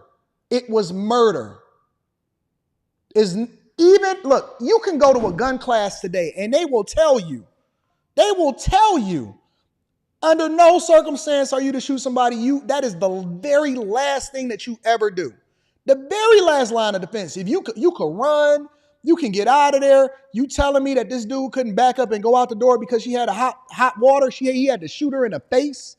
Stop, bro. Stop. For all of y'all that's trying to justify this, that's bullcrap. It's bullcrap. It's 100% bullcrap. And I know that is just the devil working, and you never, ever going to be able to sell me on the idea that she deserved to lose her life when she the one that called the police based off of an intruder. The very reason that she called the police in the first place is enough justification in order to remove himself from the possibility that she was a threat. Why are they even in her house in the first place? Get out of here, man. What does that mean? What was going on that you think that she would say those words to him? I think that she feared for her life. There was some premonition that she had. And it seems like he was just an emissary of Satan. And that's what I said. That's what caused him to do what he did. It's just unexplainable. Yeah. Attorney. If they tell us as CPL holders that go and get our gun license to be able to carry a concealed pistol, that under no circumstances, and you can be held liable for killing somebody unjustly, and at the first line of defense is for you to get up out of there and run or whatever, especially when you see somebody as a threat. But you telling me that a trained police officer that has been on the force for years don't adhere to, at the very least, the same standards that CPL holders have, and they got a partner right there? Get out of here, bro. Get the piss out of here with that. That was heartless. That was heartless. Trump, it's Vlad here. I want to ask you about the reports that Officer Grayson was now working at his 6th police department in just under 4 years. What have you learned about that? And to the point that Mr. Wilburn is making and that Gail was just talking about, what does it say? No, boogie duty or whatever it is. I do not understand why it's hard to feel bad when cops get hurt, because that's like saying, do you feel bad when black people get shot? No, because all black people are not bad. And this is an individual cop. When I'm speaking to this, and see this, I'm going to address this. I'm going to address this in the next segment. When I'm speaking to this, I'm going to save your super chat. When I'm speaking to this, I'm speaking to him as an individual, not to police officers across the world. There are bad people and then there are good people. There are bad people in uniform and there are good people in uniform. There's good bad people and there's bad black people. There's good white people and there's good black. Like, stop. The uniform does not make you who you are. You can be a good cop or you can be a bad cop. You could be a good banker, you could be a bad banker. You could be a person that's actually want the best for the community when it comes to financial literacy, or you could be a scammer. It's two different people and you have to evaluate each individual on their own merits. That don't mean that all cops need to be deleted. That sounds stupid. Say to you that the first thing that we hear Officer Grayson say after he has killed Sonya is, she was coming at me with boiling water. You know, it's just no justification, no matter what he tries to say. We see this video with our own eyes. And Vlad, this is one of the worst videos of a police shooting ever. I mean, he did not have to shoot her. And you see him, even though he's... Man, who is hiring Ben Crump to represent them the way that this man is talking? Trying to say he wasn't going to have this boiling water get to him. He actually walks around the counter and engages to get a better shot. And that's what the state attorney's investigation found, that he actually engaged her. He could have done so many things to not shoot her in the face. He could have backed up. He could have used taser. I mean, it was the size difference. Vlad and Gail, he's over two times as big as her. She's 5'1", 110 pounds. That's crazy. He's like 6'5", 260 pounds. It's just senseless and god-awful. I agree. I don't necessarily care for Ben Crump, but I agree. This is bullcrap. And I don't care who's saying it, and I don't care how they're trying to justify it. You're never, ever, in this circumstance, and I evaluate each individual situation for on its own merit, you're never going to sit here and justify to me that it was okay for that man to shoot her. That's bullcrap. That is bullcrap. I do not agree with it. I think that this man absolutely 100% need to go to jail. And if they can, they need to get that man the death penalty. Facts. Real talk. Shout out to Victor Williams, says Anton Daniels in the building. You 100% right, I'm Petty. Where's Ja Rule when you need him? Says Dame Smith. I appreciate you, Dame Smith. What a name. Mandingo McThickens says, I'd rather see Cam closeless than vote for her. Oh, man. Don't do that to us. Aaron L. says, is he an ambulance chaser or do they call him because he's the best at what he does? He has gotten clients some of the biggest settlements. You can evaluate it for what it is. Bill Nico says, good morning, everyone. This is why police immunity is a slippery slope. Good showtime, dog. I think that y'all got that all wrong. Y'all really need to research that. Shout out to Bill Nico. I appreciate you. Booga D, I'm going to save your super chat. Big J all day says the cop was arrested for a DUI in 2016 with a misdemeanor. He shouldn't have been able to apply to be a cop. I haven't dug into his background. Debt-Free Dad is in the building, says, I have drafted use of force policies for the largest law enforcement agencies in the United States of America. This is excessive force. Qualified immunity has to go. Shout out to you. I appreciate you. Brittany B is in the building, says, there is more video of the cop telling her to go turn the stove off. That's the reason why she is in the kitchen in the first place. Jay Hunter Lee says, Ben Crump sounds like Al Sharpton. Florida Panoramic says, Crump is the new Sharpton. No justice when they come, except for he a lawyer that then, is probably getting 50% of the settlements. I don't know. Anyways, hit a like for the algorithm, subscribe to the channel, and turn on your notifications. This is a slippery slope, ladies and gentlemen. The reason that it's a slippery slope is because now they're making this a race issue. Expectedly. They are expectedly making this a race issue. As though we didn't see this coming. And also, I'm going to start off with the mother and the son, her son and the mother, and what their perspective is. And then we're going to go over into the police reform advocates, and we're going to see what they got to say. But I already anticipated that this was going to be some of the things that they highlighted during election season, because every election season, it becomes about a black-white issue, police versus citizen issue, and it's distracting you from the things that's really mattering in this election. But we're going to get there. Make sure y'all hit a like for the algorithm, subscribe to the channel, and turn on your notifications. Let's get it rocking, y'all. Who was Sonya Massey for people who don't know her? She was very smart, and she's always helping everybody but herself. She really was a homebody and a good mom. Malachi, what was your mom like? She was just a ball of love, honestly, to me. She cooked me the best food. All of these people look the exact same. She was just a ball of energy, like a ball of energy. She could talk to anybody, She's just the most loving person ever. Does it feel like she's gone? No. This is feeling surreal to me right now. She had lupus and stuff like that, so I would never think she would pass from anything like this. I would think it was from that, but she would always tell me that if she did pass, just be strong. That's all I could do for her. It's not real. This can't be real. I don't know how this could be real. I'm sorry. I'm sorry.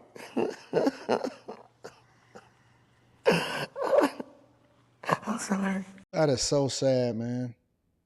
That is so sad. To get a phone call saying that your daughter or your mother has passed away because of a police shooting and they trying to finesse it, knowing that they got body cam footage.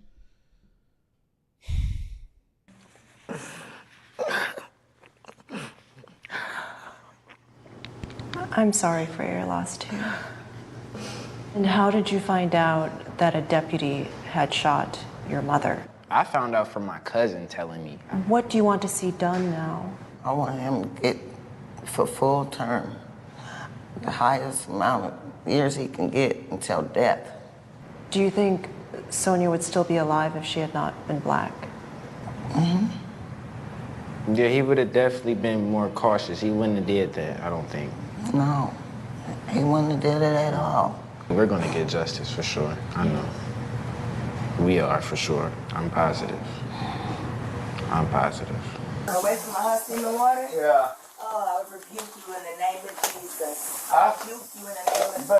I swear to God. She said, I rebuke you in the name of Jesus. He said, you better not. I swear to God, I'll shoot you in your effing face. I'll effing shoot you right in your effing face. Look, ain't nothing that you can tell me under no circumstance that will tell me that is a reasonable response to somebody saying, I rebuke you in the name of Jesus. Shoot you in your face. Okay, I'm sorry. Drop the I can't watch it. I just can't watch it. I cannot watch it. It's not logical to me. It doesn't make sense. It just doesn't make sense.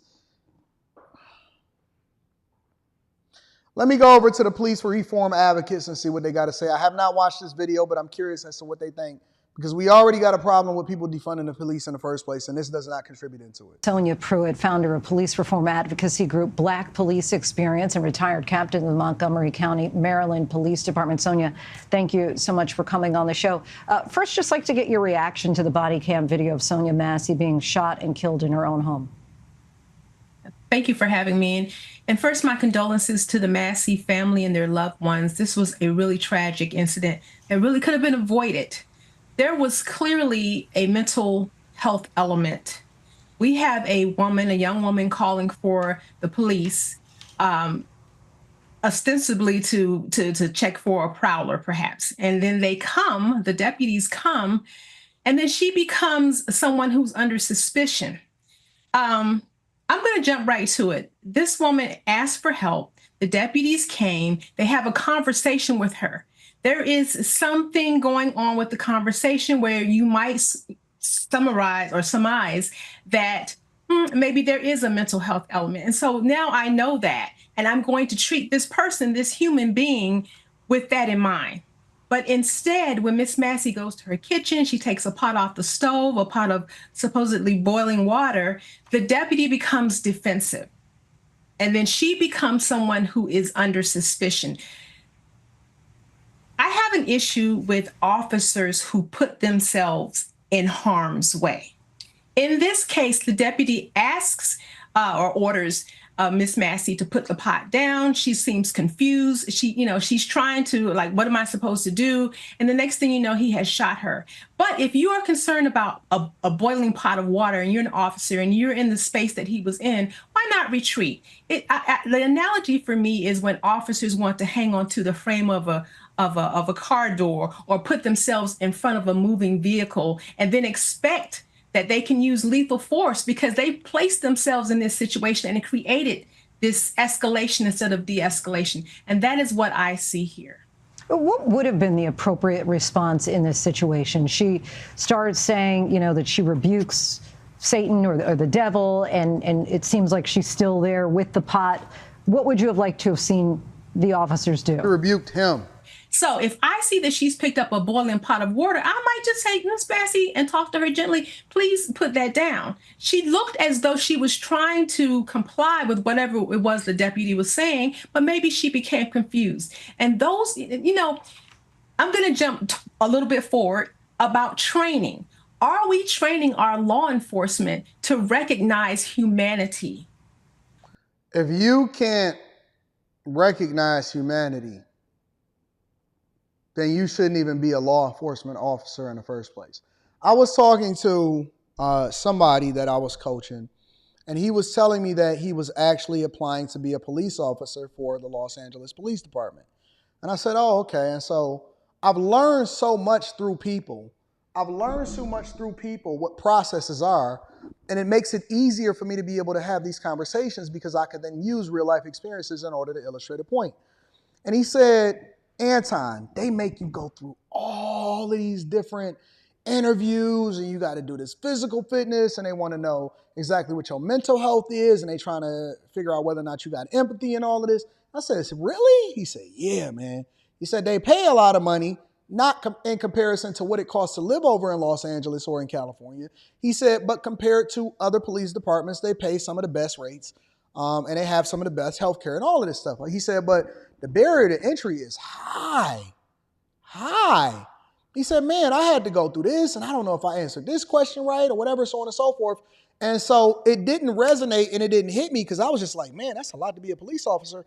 But now thinking back on that conversation, they're trying to evaluate whether or not you are a decent human being before they even bring you onto the force and start considering all of the other physical requirements that it takes in order to be a police officer. Why?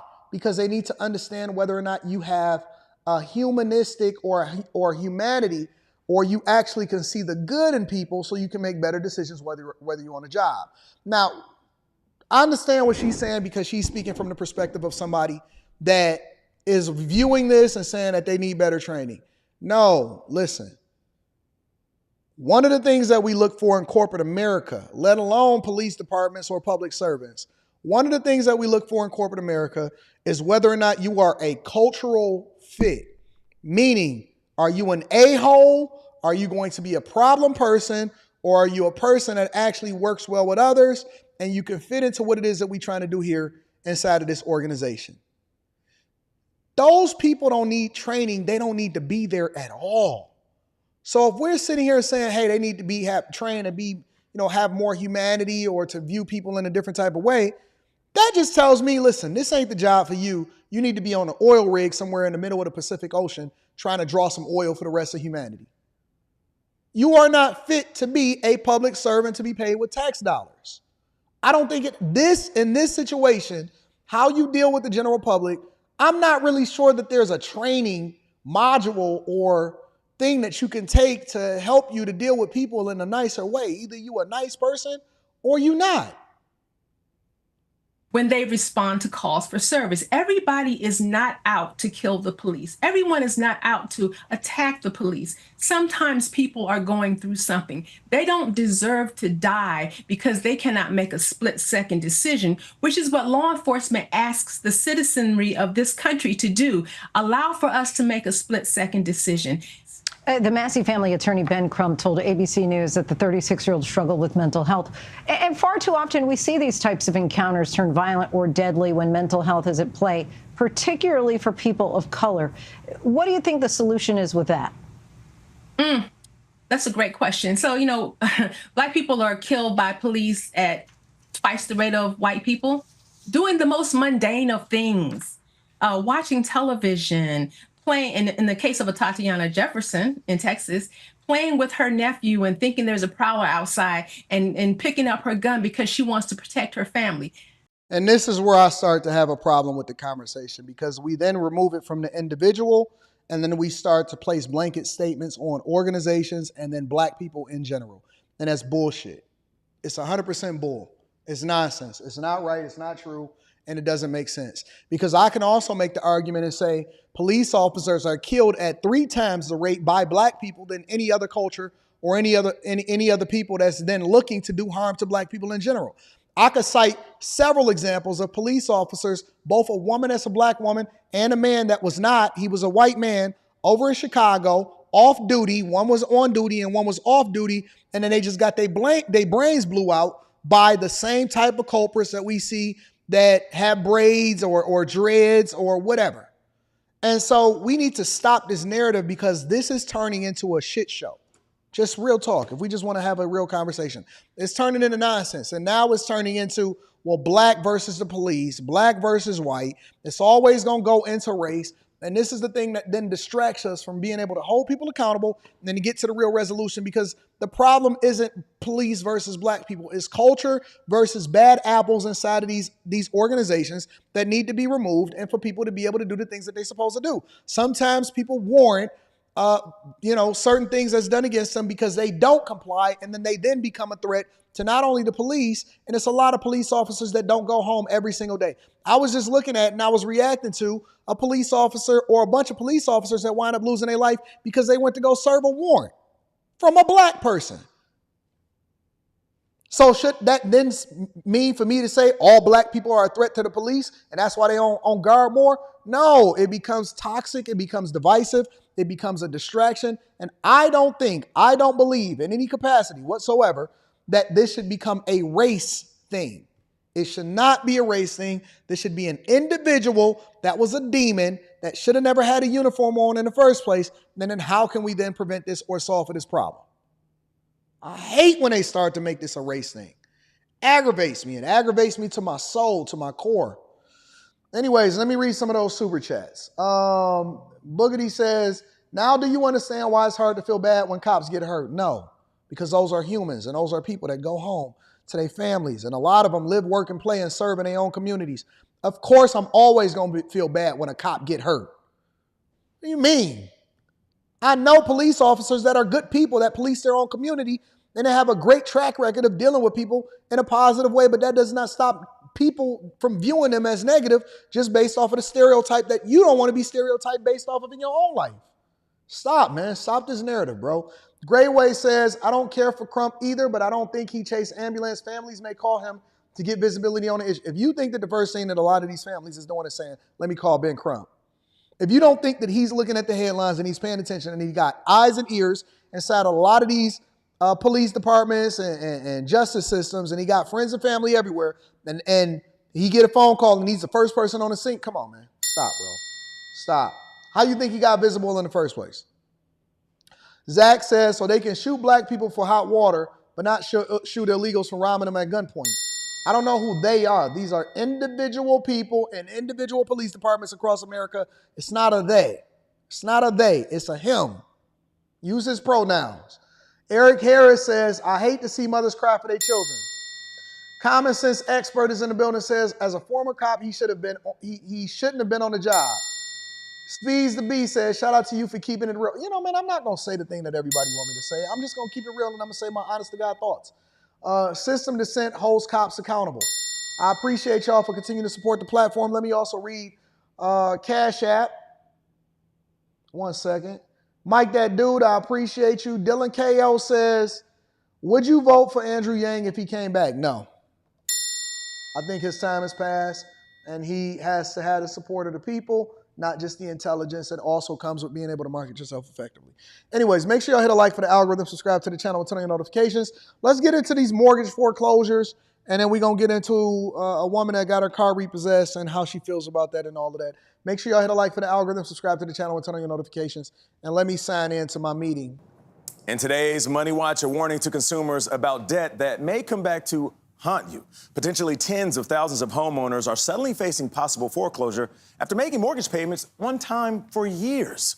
National consumer correspondent Usher Qureshi is here with what you need to know about so-called zombie mortgages. Usher, good morning. Good morning, Nate. Well, if you've ever taken out a second loan on your home, you could end up with something that turns into a zombie mortgage. This can happen when you lose track of your loans and your lender isn't sending you statements regularly, making sure you pay on time. You miss payments, that adds up, and then the debt collector can come after your home. This is gorgeous. Thank you. Your little sanctuary. Sanctuary, yes. After this Iraq War veteran came home to California, she built her own tranquil backyard getaway to find a little peace after years in a battle zone. And what do you use this space for? Meditation, for sure. A home she calls the heart of her family. But last year, after more than a decade of paying her mortgage on time, Laverne Simmons found out she could lose it all. Were you surprised when you got that notice of default 10 years after you got your loan modification? Definitely. I haven't been late or asked for a payment arrangement or anything. When Simmons took out a second mortgage in 2014, she believed her new monthly payment covered both her original mortgage and her second. But she was mistaken. When you buy a house, federal law requires your lender to send out periodic statements so you know how much you owe. Simmons says over 10 years on her second mortgage, she never got one. With interest and late fees piling up, her original $65,000 loan ballooned to more than $140,000. She has to pay up or lose her home. They were ready to strike, like a snake, you know? They was waiting for the right moment. Her loan servicer, Real Time Resolutions, recently settled a class action lawsuit with a different homeowner who claimed she'd been foreclosed on without ever receiving the required monthly statements. RTR denied wrongdoing and told us they aren't interested in speaking with us. It's been pure hell. I served my country. I got injured in Iraq. I come home and this is what I have to go through as a veteran. Exhausting me. Yes.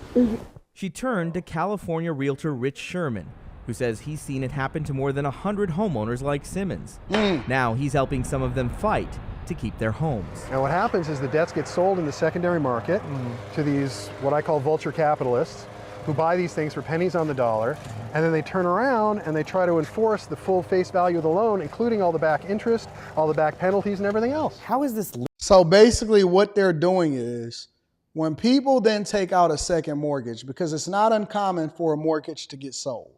Well, Anton, what do you mean it's not uncommon for a mortgage to get sold? That means that whoever is the originator of the mortgage or the original mortgage holder often at times sells your mortgage over to a different lender for whatever reason. It could be more risk. They may want to remove it off the books. They may be more fee-based. They may be more long-term based. It may be a partnership where a larger bank often at times buys the mortgages because they don't want to be a part of the origination process, or maybe they have a process that's a part of the origination, but they want to make more money and they want to add more to their balance sheet. And so as a result, these mortgages get sold on a regular basis. It's not uncommon for you in the middle of a mortgage or in the middle of whatever it is that you're doing. You could be 5 years in, you could be 2 years in, you could be 1 year in, you could be 15 years in, for your mortgage to then get sold over into another lender and it still has the same original terms. It's not uncommon. But often at times people are taking out second mortgages.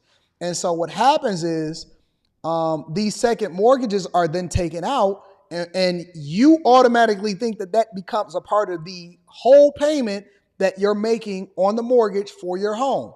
In reality, that second mortgage got sold over to somebody else because for whatever reason, and now you're wondering, you're saying, well, Anton, how were they able to buy it for pennies on the dollar? Why would somebody take a loss on a mortgage? The same way that these debt collectors take a loss when you decide that you don't want to pay your credit card bills. What do you mean? Well, they never actually sent out a statement, or maybe they sent out a statement, or maybe they got the wrong address for whatever reason. But there's a miscommunication in there, right? Because you're supposed to be paying that second mortgage also. You see how debt then becomes complicated, and then all of the things that you paid for on your entire house or your entire life, you really was just a lessee, and then now they coming over technically to come and get your property, and they're going to get it too. They're going to get it. So what happens is, for whatever reason, you haven't been paying on that thing, and maybe they didn't send you the notifications or whatever. Maybe it was a miscommunication. We don't know. But you haven't been paying on that second thing, and so it's technically in default, or it's technically behind whatever the terms are that you agreed to pay for that second mortgage. So because it is a debt or it's something that's going into collections, they then want it offloaded off of their books. So they're going to take the loss, they sell it for pennies on the dollar so that they can get something in return for it. And the people that they sell it to then becomes a predator because they want to come back and get all of the back payments that you were supposed to pay, or they going to take your property. And that's why they call them zombie mortgages, because it's something that you didn't know that was going to be coming up. And then they want all of the interest, they want all of the payments, and you got to pay it within a month or two in order for you to still have your home. And this is how they then come in and get your crib, even though your crib isn't appreciated. And so I'm assuming that they then have to pay off the rest of the mortgage in order to get it from the original lender, and then they get it whole in their name, and you get kicked out of your property. And this is happening all across the country. I wouldn't even report on this if this was not something big, but this is basically happening all across the country. I'll give you an example. I'll show you a couple other people that it's happening to.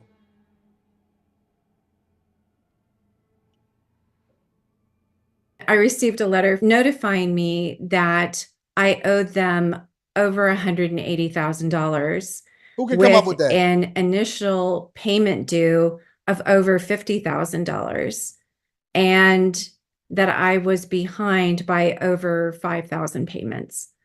And I looked at this and I mean, I didn't recognize it. I didn't know what it was from. And so I did what you're supposed to do. And I just wrote to them disputing the debt, saying, can you give me information about the debt? You know, who was it with?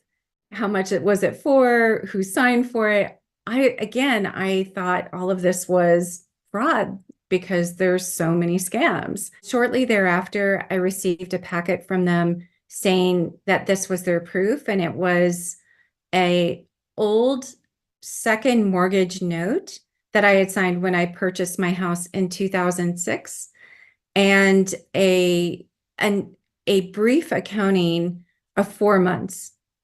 So basically showing the amount owed and a late fee because I hadn't paid the 50-some They thousand running dollars y'all. on They time. running it up on y'all. And at that point, I was So like, either way, they in a win-win situation because they either gonna get all of the money, including all of the fees and all of the back pay, and they paid pennies on the dollar, so they're gonna benefit from it, or they gonna take your home and then be able to get the appreciated value of that property. wait a second. This loan was charged off when I modified. Like, what is going on here? Back in 2009, I had to modify my loan. I Yep. was going through a divorce. Yep. I had 2-year-old twins. And so I went in for a modification. And fortunately, I was able to modify my loan by 2010. And I've been paying that modified loan ever since. So, and it was my understanding that the first and the second were modified together because the balance went up. Nope. Read your paperwork. And I've faithfully been making those payments ever since. I have received no documentation, no statements, no anything about this loan since 2009. So from 2009 till February of 2024, I had not received any type of communication about this loan. It's predatory. And, I mean, that's a fairly lengthy amount of time. 15 years is a pretty lengthy amount of time. I assumed that it was modified with my first mortgage. Assumptions does not make the rule, and they are going to come and take your property. But see, I see a lot of y'all saying, well, it's because it's a single woman tax. It's a single mother tax. It's a single baby mama tax. Okay, well, then I'll give it to you this way then. How about this guy? I was born in Mexico. At the age of 9, I was brought to the United States by my parents. I grew up in Santa Barbara County, attended local schools there, graduated from Santa Barbara City College, and got my bachelor's degree from California Coastal University in psychology. I've been working for the Santa Barbara Probation Department for 24 years as an institution officer. What was happening before things started to unravel? Just starting to do my normal things, went out to check out my mail, and the sheriffs were waiting for me outside the door. And that's when they evicted me. Did you have any idea that this was coming? No, I had no idea. No idea.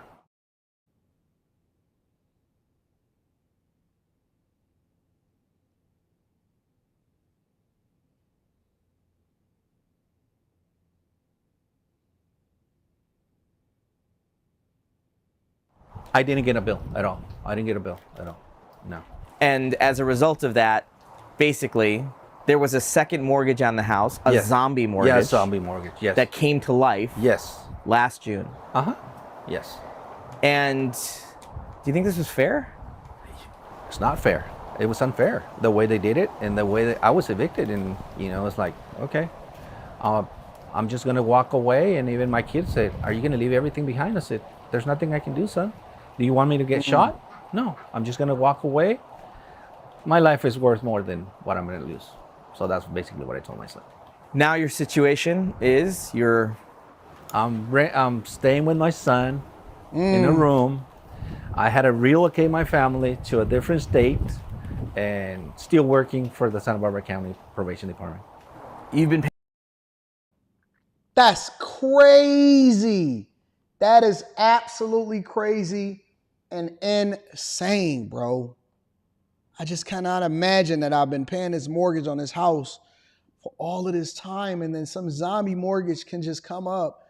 And though I've never gotten any kind of notification, and there is some responsibility on the part of the homeowners, that they can just take your crib after you've been paying all of this time, and you just got to walk away and go and stay in a house with your son, and then keep paying for your family to relocate into a different state because you can't even afford to buy another crib in the place where you live at.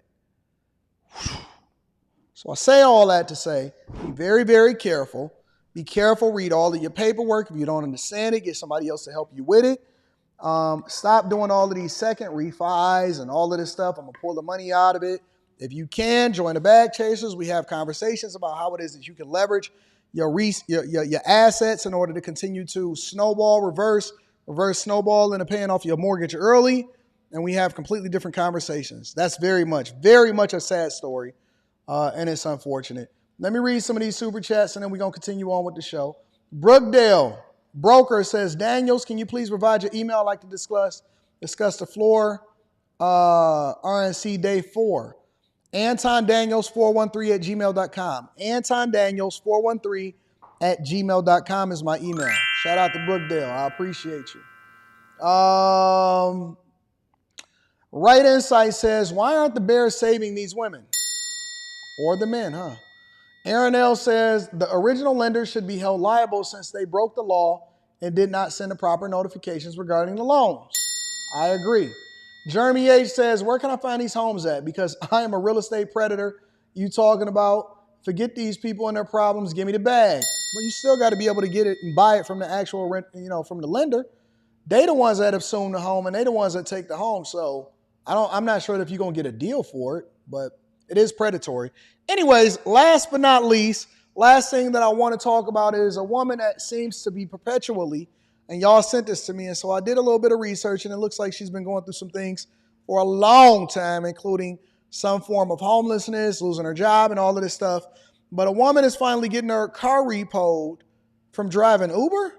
Make sure y'all hit a like for the algorithm, subscribe to the channel, and turn on your notifications. Let's spend 10 minutes on this, and then I'm going to get y'all on y'all way. All right? Hi guys. I'm kind of shaken up right now because the last hour has been. Let me give a little bit of shout out before we get into this because I can already tell it's going to be a little bit dusty. Her name is Lexi Sanat. Lexi Sanat, as of the recording of this video, she has a little over 4,000 subscribers. If you like her content, then feel free to go over to her content and subscribe. And before I get into this, I always like to preface this by saying that I always show love to the content creators because I can always appreciate people that put effort into their videos, all right? So that is my disclosure notice before we get into this video. Let's go, y'all. It's very interesting, okay? We're just making video showing our arms. We have very fat arms, okay? But ladies, before we get into the financial aspects of this video, let me say this. No man, and I mean no man, wants a woman that is always a victim, that is always down on themselves, that's always talking about what's wrong with them, that always got issues. We like women that are continuously working to be the best version of themselves in whatever capacity that is. We do not like women that run in the victim Olympics. It's so much of a headache to be around a woman that you constantly have to reaffirm, hey, you are nice looking. Hey, you not fat. You just big boned it. Hey, you not broken, Dusty. You just trying to get this $40 up out of me. It's very much a turnoff. And this is just speaking for most men. It's a turnoff for women that is always desperate, always broken, always hurt, always need somebody to make them feel good about themselves, always talking negatively about themselves. It's just bad. Listen, just work on it, have some confidence, and then show yourself to continue to be better than you was the day before in whatever capacity, whether it be financial, whether it be spiritual. But every time you come around a woman and she always saying something like, yeah, they always hate me at my job. Nobody want to be around that. People get tired of that type of energy around them. You know what I'm saying? It's like, this girl is always messed up. She always broken. She ain't never got nothing to contribute into the conversation. You know what I'm saying? You always got to reaffirm her. So that's just, you know what I'm saying? Just be mindful of that. I don't know. I think the devil's attacking my life right now, or maybe it's just the consequences of my own actions. That's probably it. I mean, like as y'all know, the last few weeks have not been good for me mentally. Y'all got to stop blaming it on the devil. Sometimes it's you. Because financially, it's been a mess because Uber was slow, and I honestly was not prepared for it to be slow in June. I just wasn't, because last year it wasn't. So I don't know. I wasn't thinking, but I just wasn't. I didn't set myself up financially the way I should have for this slow season with Uber. Okay.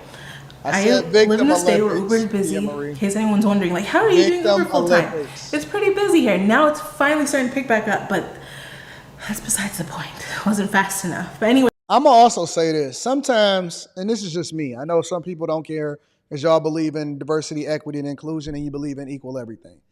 But I always give pause when I see a woman come and pick me up in an Uber. Always give pause, whether I go into another city or I'm just catching an Uber because I got to go pick up my car because it's in the shop or something. I'm always just think about it, and I'll be judging. I'll be judging y'all. I'll be judging the hell out of you. When I see a woman come and pick me up in an Uber, I'll be thinking to myself, man, I would never let my girl drive an Uber. I would never let my girl do this type of job. I just don't want her that unsafe in the streets. You know what I'm saying? So I just judge. When I see women coming to pick me up in an Uber, I automatically assume that she's struggling, she a single baby mama, something like that. I do. Now, that don't mean that you shouldn't go out there and hustle, because don't worry about whether or not people judge you. You need to go and get that bag and take care of yourself so that you can feed your family and feed your face. However, me personally, when I see a woman come and pick me up in an Uber, this is just me. I'm sure this is not every person. I start judging them, and I just be like, oh, she jacked up out here in these streets. Anyways, the last few weeks have been very tough on me, financially and mentally. And now, first I want to thank everyone who has joined my Patreon. If you're into the whole, I think it's I still don't really even understand it. By some weird, glitch in the universe, I literally hate being fat. My whole life, I've tried to lose weight. Well, I wasn't always this big either. I was half my size when I was 17, 16. And I thought I was this size mentally. I had I still have body dysmorphia to some extent. So I started trying to lose weight on YouTube, and somehow people who found me, and then I don't know, it was a long story.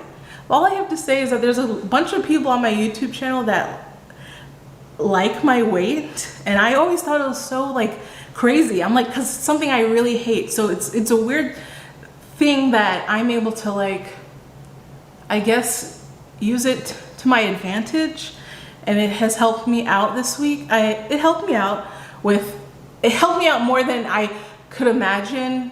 Not that it's a whole bunch, guys. Wait. Some of y'all got a fetish for big girls? Come on, y'all.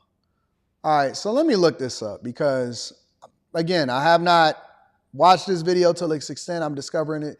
Body dysmorphia disorder, dysmorphic disorder, is a mental illness characterized by constant worrying over a perceived or slight defect.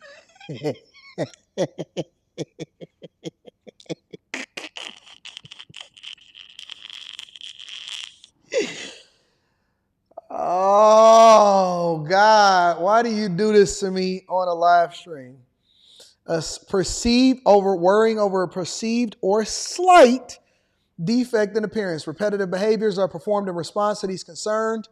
These concerns about appearance. Body dysmorphic disorder usually starts in teenage years, when concern over physical appearance is common. I don't think that's what she got, but I'm not a doctor, so I can't speak to it. I just be trying to understand what people are saying. Let's continue into the video. It helped with rent, I think.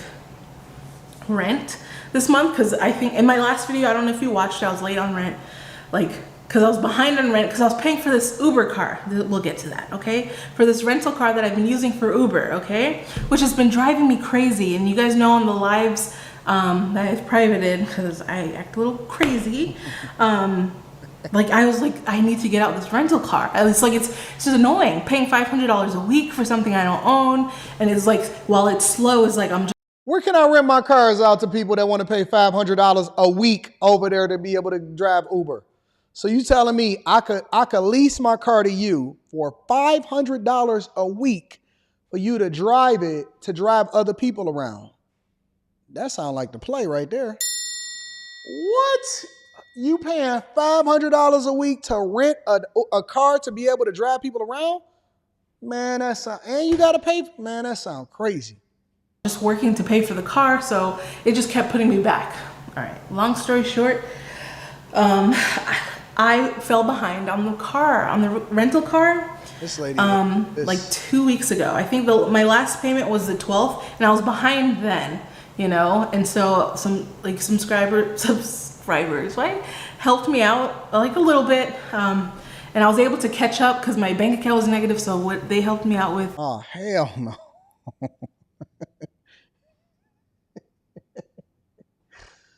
Oh, dog. If down bad was a person, it's crazy out here in these streets. I was able to make my account positive so that I can pay the week that I was. It's a long story. It's a really long story. Long story short is it just got repossessed. It just got politely repossessed. I came home for a lunch break. I worked this morning, and then I came home for like a little lunch break. Repo man was and I don't know, the last few days I knew I was late, but I was gonna make my payment. I was gonna make it today, but I had to wait till tomorrow because like I was trying to cash out or withdraw the money that I made on Patreon so that it can help me, right? Oh shit, this is crazy. You got a Patreon so that they can pay for your car to go and Uber people around. Gosh,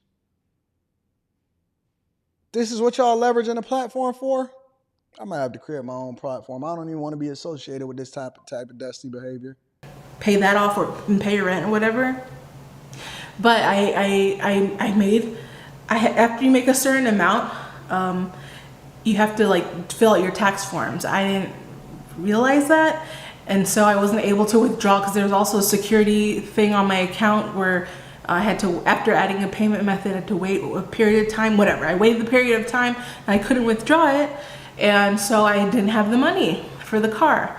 I thought you were supposed to let the money that you make from driving Uber ultimately pay for the car, and that's how you're supposed to do business.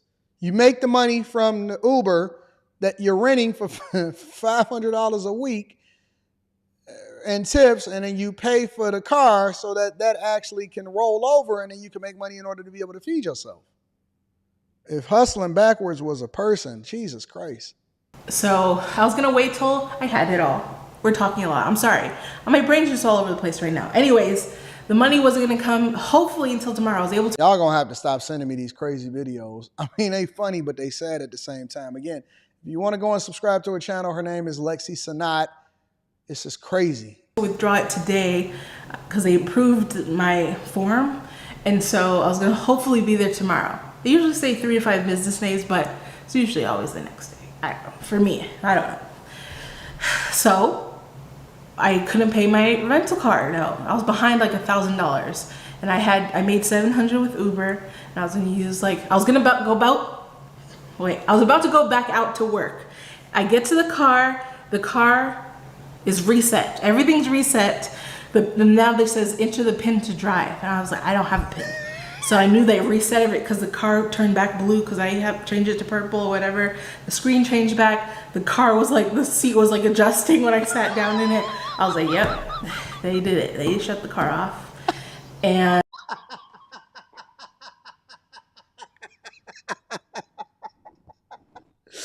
Hold on, dog. Hold on. This is going to be a new wave. This is the new wave. So now I see why everything is being updated in the cloud, right?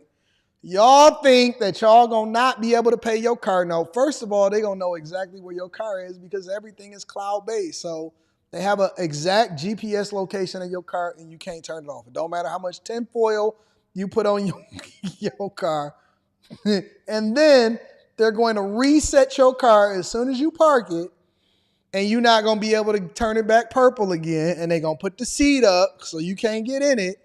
And then they're gonna wait for somebody to come and get your car. Don't pay your car note going forward. That's why y'all want to keep old schools. That's why y'all don't want to upgrade to the newest stuff. It's because you don't want them to repo your car politely. You don't want them to turn your car back red from purple or blue or whatever it is that she's saying. Yo, that's going to be the new wave. If you don't pay your car note, they're going to reset you, and then you're not going to be able to drive. You're going to come home from lunch, and next thing you know, you ain't going to be able to enter your PIN number to get in your car no more. That's crazy. entering a PIN number to get in your car is insane, bro. Your PIN number not working no more? I didn't even know that this was a thing. I'm not laughing at people. I'm laughing. I'm laughing at the description. Wait a minute. For you sensitive girls that's in here, because I know it's a guy, but y'all acting like females right now. For the sensitive ones, let's be clear. If you sensitive, this is not going to be the platform for you. That's number one. Number two, y'all can't get on the internet and share your life and then expect for us to not react to it or be laughing at some of the things that may or may not be a joke because it's content. You can't share content and then think that people are supposed to feel the way that you think that they should feel about it. If they reset your pen, I'm going to be cracking up. That's just something that that's funny to me. I don't know why, but just the whole thought, because I visualized the whole thing in my head, and you coming from your lunch break, from your crib, and you get in the car that you're not even using for Uber, but you're using it to get around and do what you want to do. And you get in the car, and then you hit the PIN number, and then the seat start adjusting back up to the front to the normal size person. It's hilarious to me. It is hilarious. It's hilarious to me personally. That's just me though. And so I'm sitting in my car, I'm like thinking, panicking now because I'm like, I had a reservation. I was about to go pick up this person 5 minutes away, but I couldn't move the car. And so I'm just sitting in the car, like I don't know what to do. So I was like gonna plan on maybe taking an Uber down there to the rental car location and just either starting a new contract, but the car's at home. Like I don't know how it was gonna work, but it wasn't working. Like I didn't even know you couldn't could get the rent voucher a to Tesla. work on my phone or go to that location. I was like, I don't want to spend $40 to go down there for them to just be like, oh well, you just have to wait for them to come repossess the car. And I'm like, dang, I don't know what to do. But something told me to take all my stuff out the car, like all my wires, my charger, my what's it called? Like this octopus thing that I have for riders in the car. Something just, I got you, think it was Philip. gone. Thank you, Philip. It had to be. I mean, like, because my intuition is never that spot on. I think it actually always is, and I usually ignore it. But I listened to it because it was so loud. You know, it was like, take everything out the car. So I go back inside, I get my wagon. I go back to the car, I take everything and put everything in the wagon, and I bring it back into my apartment. And then I was gonna go back out and order an Uber. Cause I was like, what if I go down there and they're here and they come take the car while I'm down there, you know? So I wanted to prevent that, you know, by just paying another, like for a new contract, cause it was gonna be cheaper than $1,000 to start a new contract. But when I walked out there to go downstairs to order the Uber, the guy with his little bright green stripes on his pants is standing right next to the car on the phone. I guess he was trying to call me. I didn't hear my phone's on silent. It'll go straight to voicemail on my work phone. But he was calling me to ask for the key. And I'm thankful that he was right. Like he came up, like I thought he can't fit a big old truck in the garage. I think they have to use a flatbed truck. I didn't see his truck, but he came upstairs because he was gonna get the key so he could put the pin in. He's on the phone with whoever. And we just met right there. He said, oh, she's right here. So he was looking for me too. And I was able to hand him over the key. He just drove the car and put it on the truck, I guess. I didn't look, I didn't see. I went back to my apartment. But yeah. So I didn't go down. I'm not gonna go down there. I thought like it says, I'm gonna lose my rental privileges. But he said all you do is just pay what you owe and start a new contract, right? And I'm like, that's gonna be more because I owe like $1,000. To start a new contract is gonna be like maybe excuse me, 100. And then I'm gonna lose my.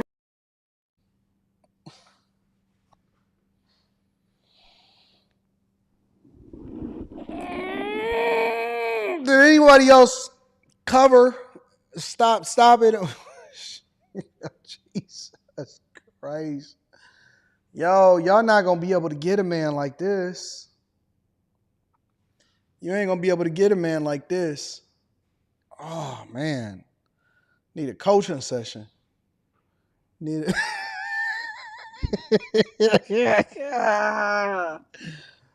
Oh, dog. We need a coaching session up here, man. Jesus. Is she gonna still just keep talking or is she gonna go and wash her hands? She gonna get some hand sanitizer, she gonna wash her hands, or she just gonna keep talking? Let's see this. Let's figure it out. Rate. I was at a $280 a week, and now it's back. It's at $396 or something to rent it, and I'm like, I don't want to keep paying, so it's gonna be even more to pay a week again. And I'm like, I don't know. I don't know if I want to do this anymore. I mean, I like driving for Uber, but I desperately need my own vehicle, and I've been saying that my lives. And I'm like, life has just been like, I haven't been able to save up or pay off like certain debts on my credit, you know, to like fix it. Oh, look at you. You got your hand on your chest. That's it. Somebody gonna kiss that chest. That's it. That's all I got. That's all I can take right now. I don't have anything more that I could take. I don't want to see the more of this story. This is just need to be a whole reset, a life reset. Just start over, start from scratch. Jesus, take the wheel. I would usually have some financial advice, but it's just too many holes. It's too much to plug. You got to start over. Sometimes bankruptcy is the key. You know, you got to go back home, contact your parents, contact whoever it is that's around you. Hey, listen, I'm down bad. Sometimes you just got to do the down bad payment method. I'm down bad, and I just need Jesus to take the wheel. She's probably gonna vote for Kamala too. So, if down bad, Jesus, hey, just pray for her, y'all. Pray for her, and go subscribe to her channel and pray for her. Anyways, I got meetings that I'm supposed to be a part of that I'm 23 minutes late for. I love y'all. I appreciate y'all. Thank y'all for continuing to rock with me. Let me read some of these super chats. Five Brown, my dog. Shout out to my dog. Yes, AD. These people are letting Uber sublease them cars, and they are paying an egregious amount. My homie was paying $300 a week for an Altima. I said, fool, that's $1,200 a month for a baby mama Altima. Jesus Christ. But I think when I get back, not the week after I get back, but the weekend after I get back, I might be doing some of these jobs to see what y'all are going through, to see if I can figure out how I can help y'all on the ground level. Cartier 82 says, people, especially women who want to lose pounds, need to understand they need to be at a caloric deficit, a calorie deficit, burn more calories than you intake weekly. That's pretty much it. DJ Kane is in the building, says, shout out to all of my BBWs out here in the streets. Chris Monroe STL says, this is exactly why women eat men. Not sneezing like that, though. Philip Sadiq says, Anton, look for the media credential form to the DNC. You may get to cover the convention for the show. Ooh, okay. That might be a move. That might be the wave right there. Let me look for the media credential one. Anyways, listen, I love y'all. I appreciate y'all. Thank y'all for continuing to tune in to the best morning show on earth. Smoke show tonight. If anybody got any problems with me, you will be met with the exact same energy that you come in with. If you come in nice, then I'm going to treat you nice. If you come in with smoke, then I'm going to look for the holes, and then we're going to poke our hands through it and see if we can get a punching bag in that bee. I love y'all. I appreciate y'all. Thank y'all for always continuing to hold me down. It does not go unnoticed. I'm looking forward to meeting y'all in Houston and kicking it. Make sure you tap into the Patreon. Link is in the description as well as pinned to the top of the chat. Tiege Hanley, 40% off your first order plus a free gift. I'm out.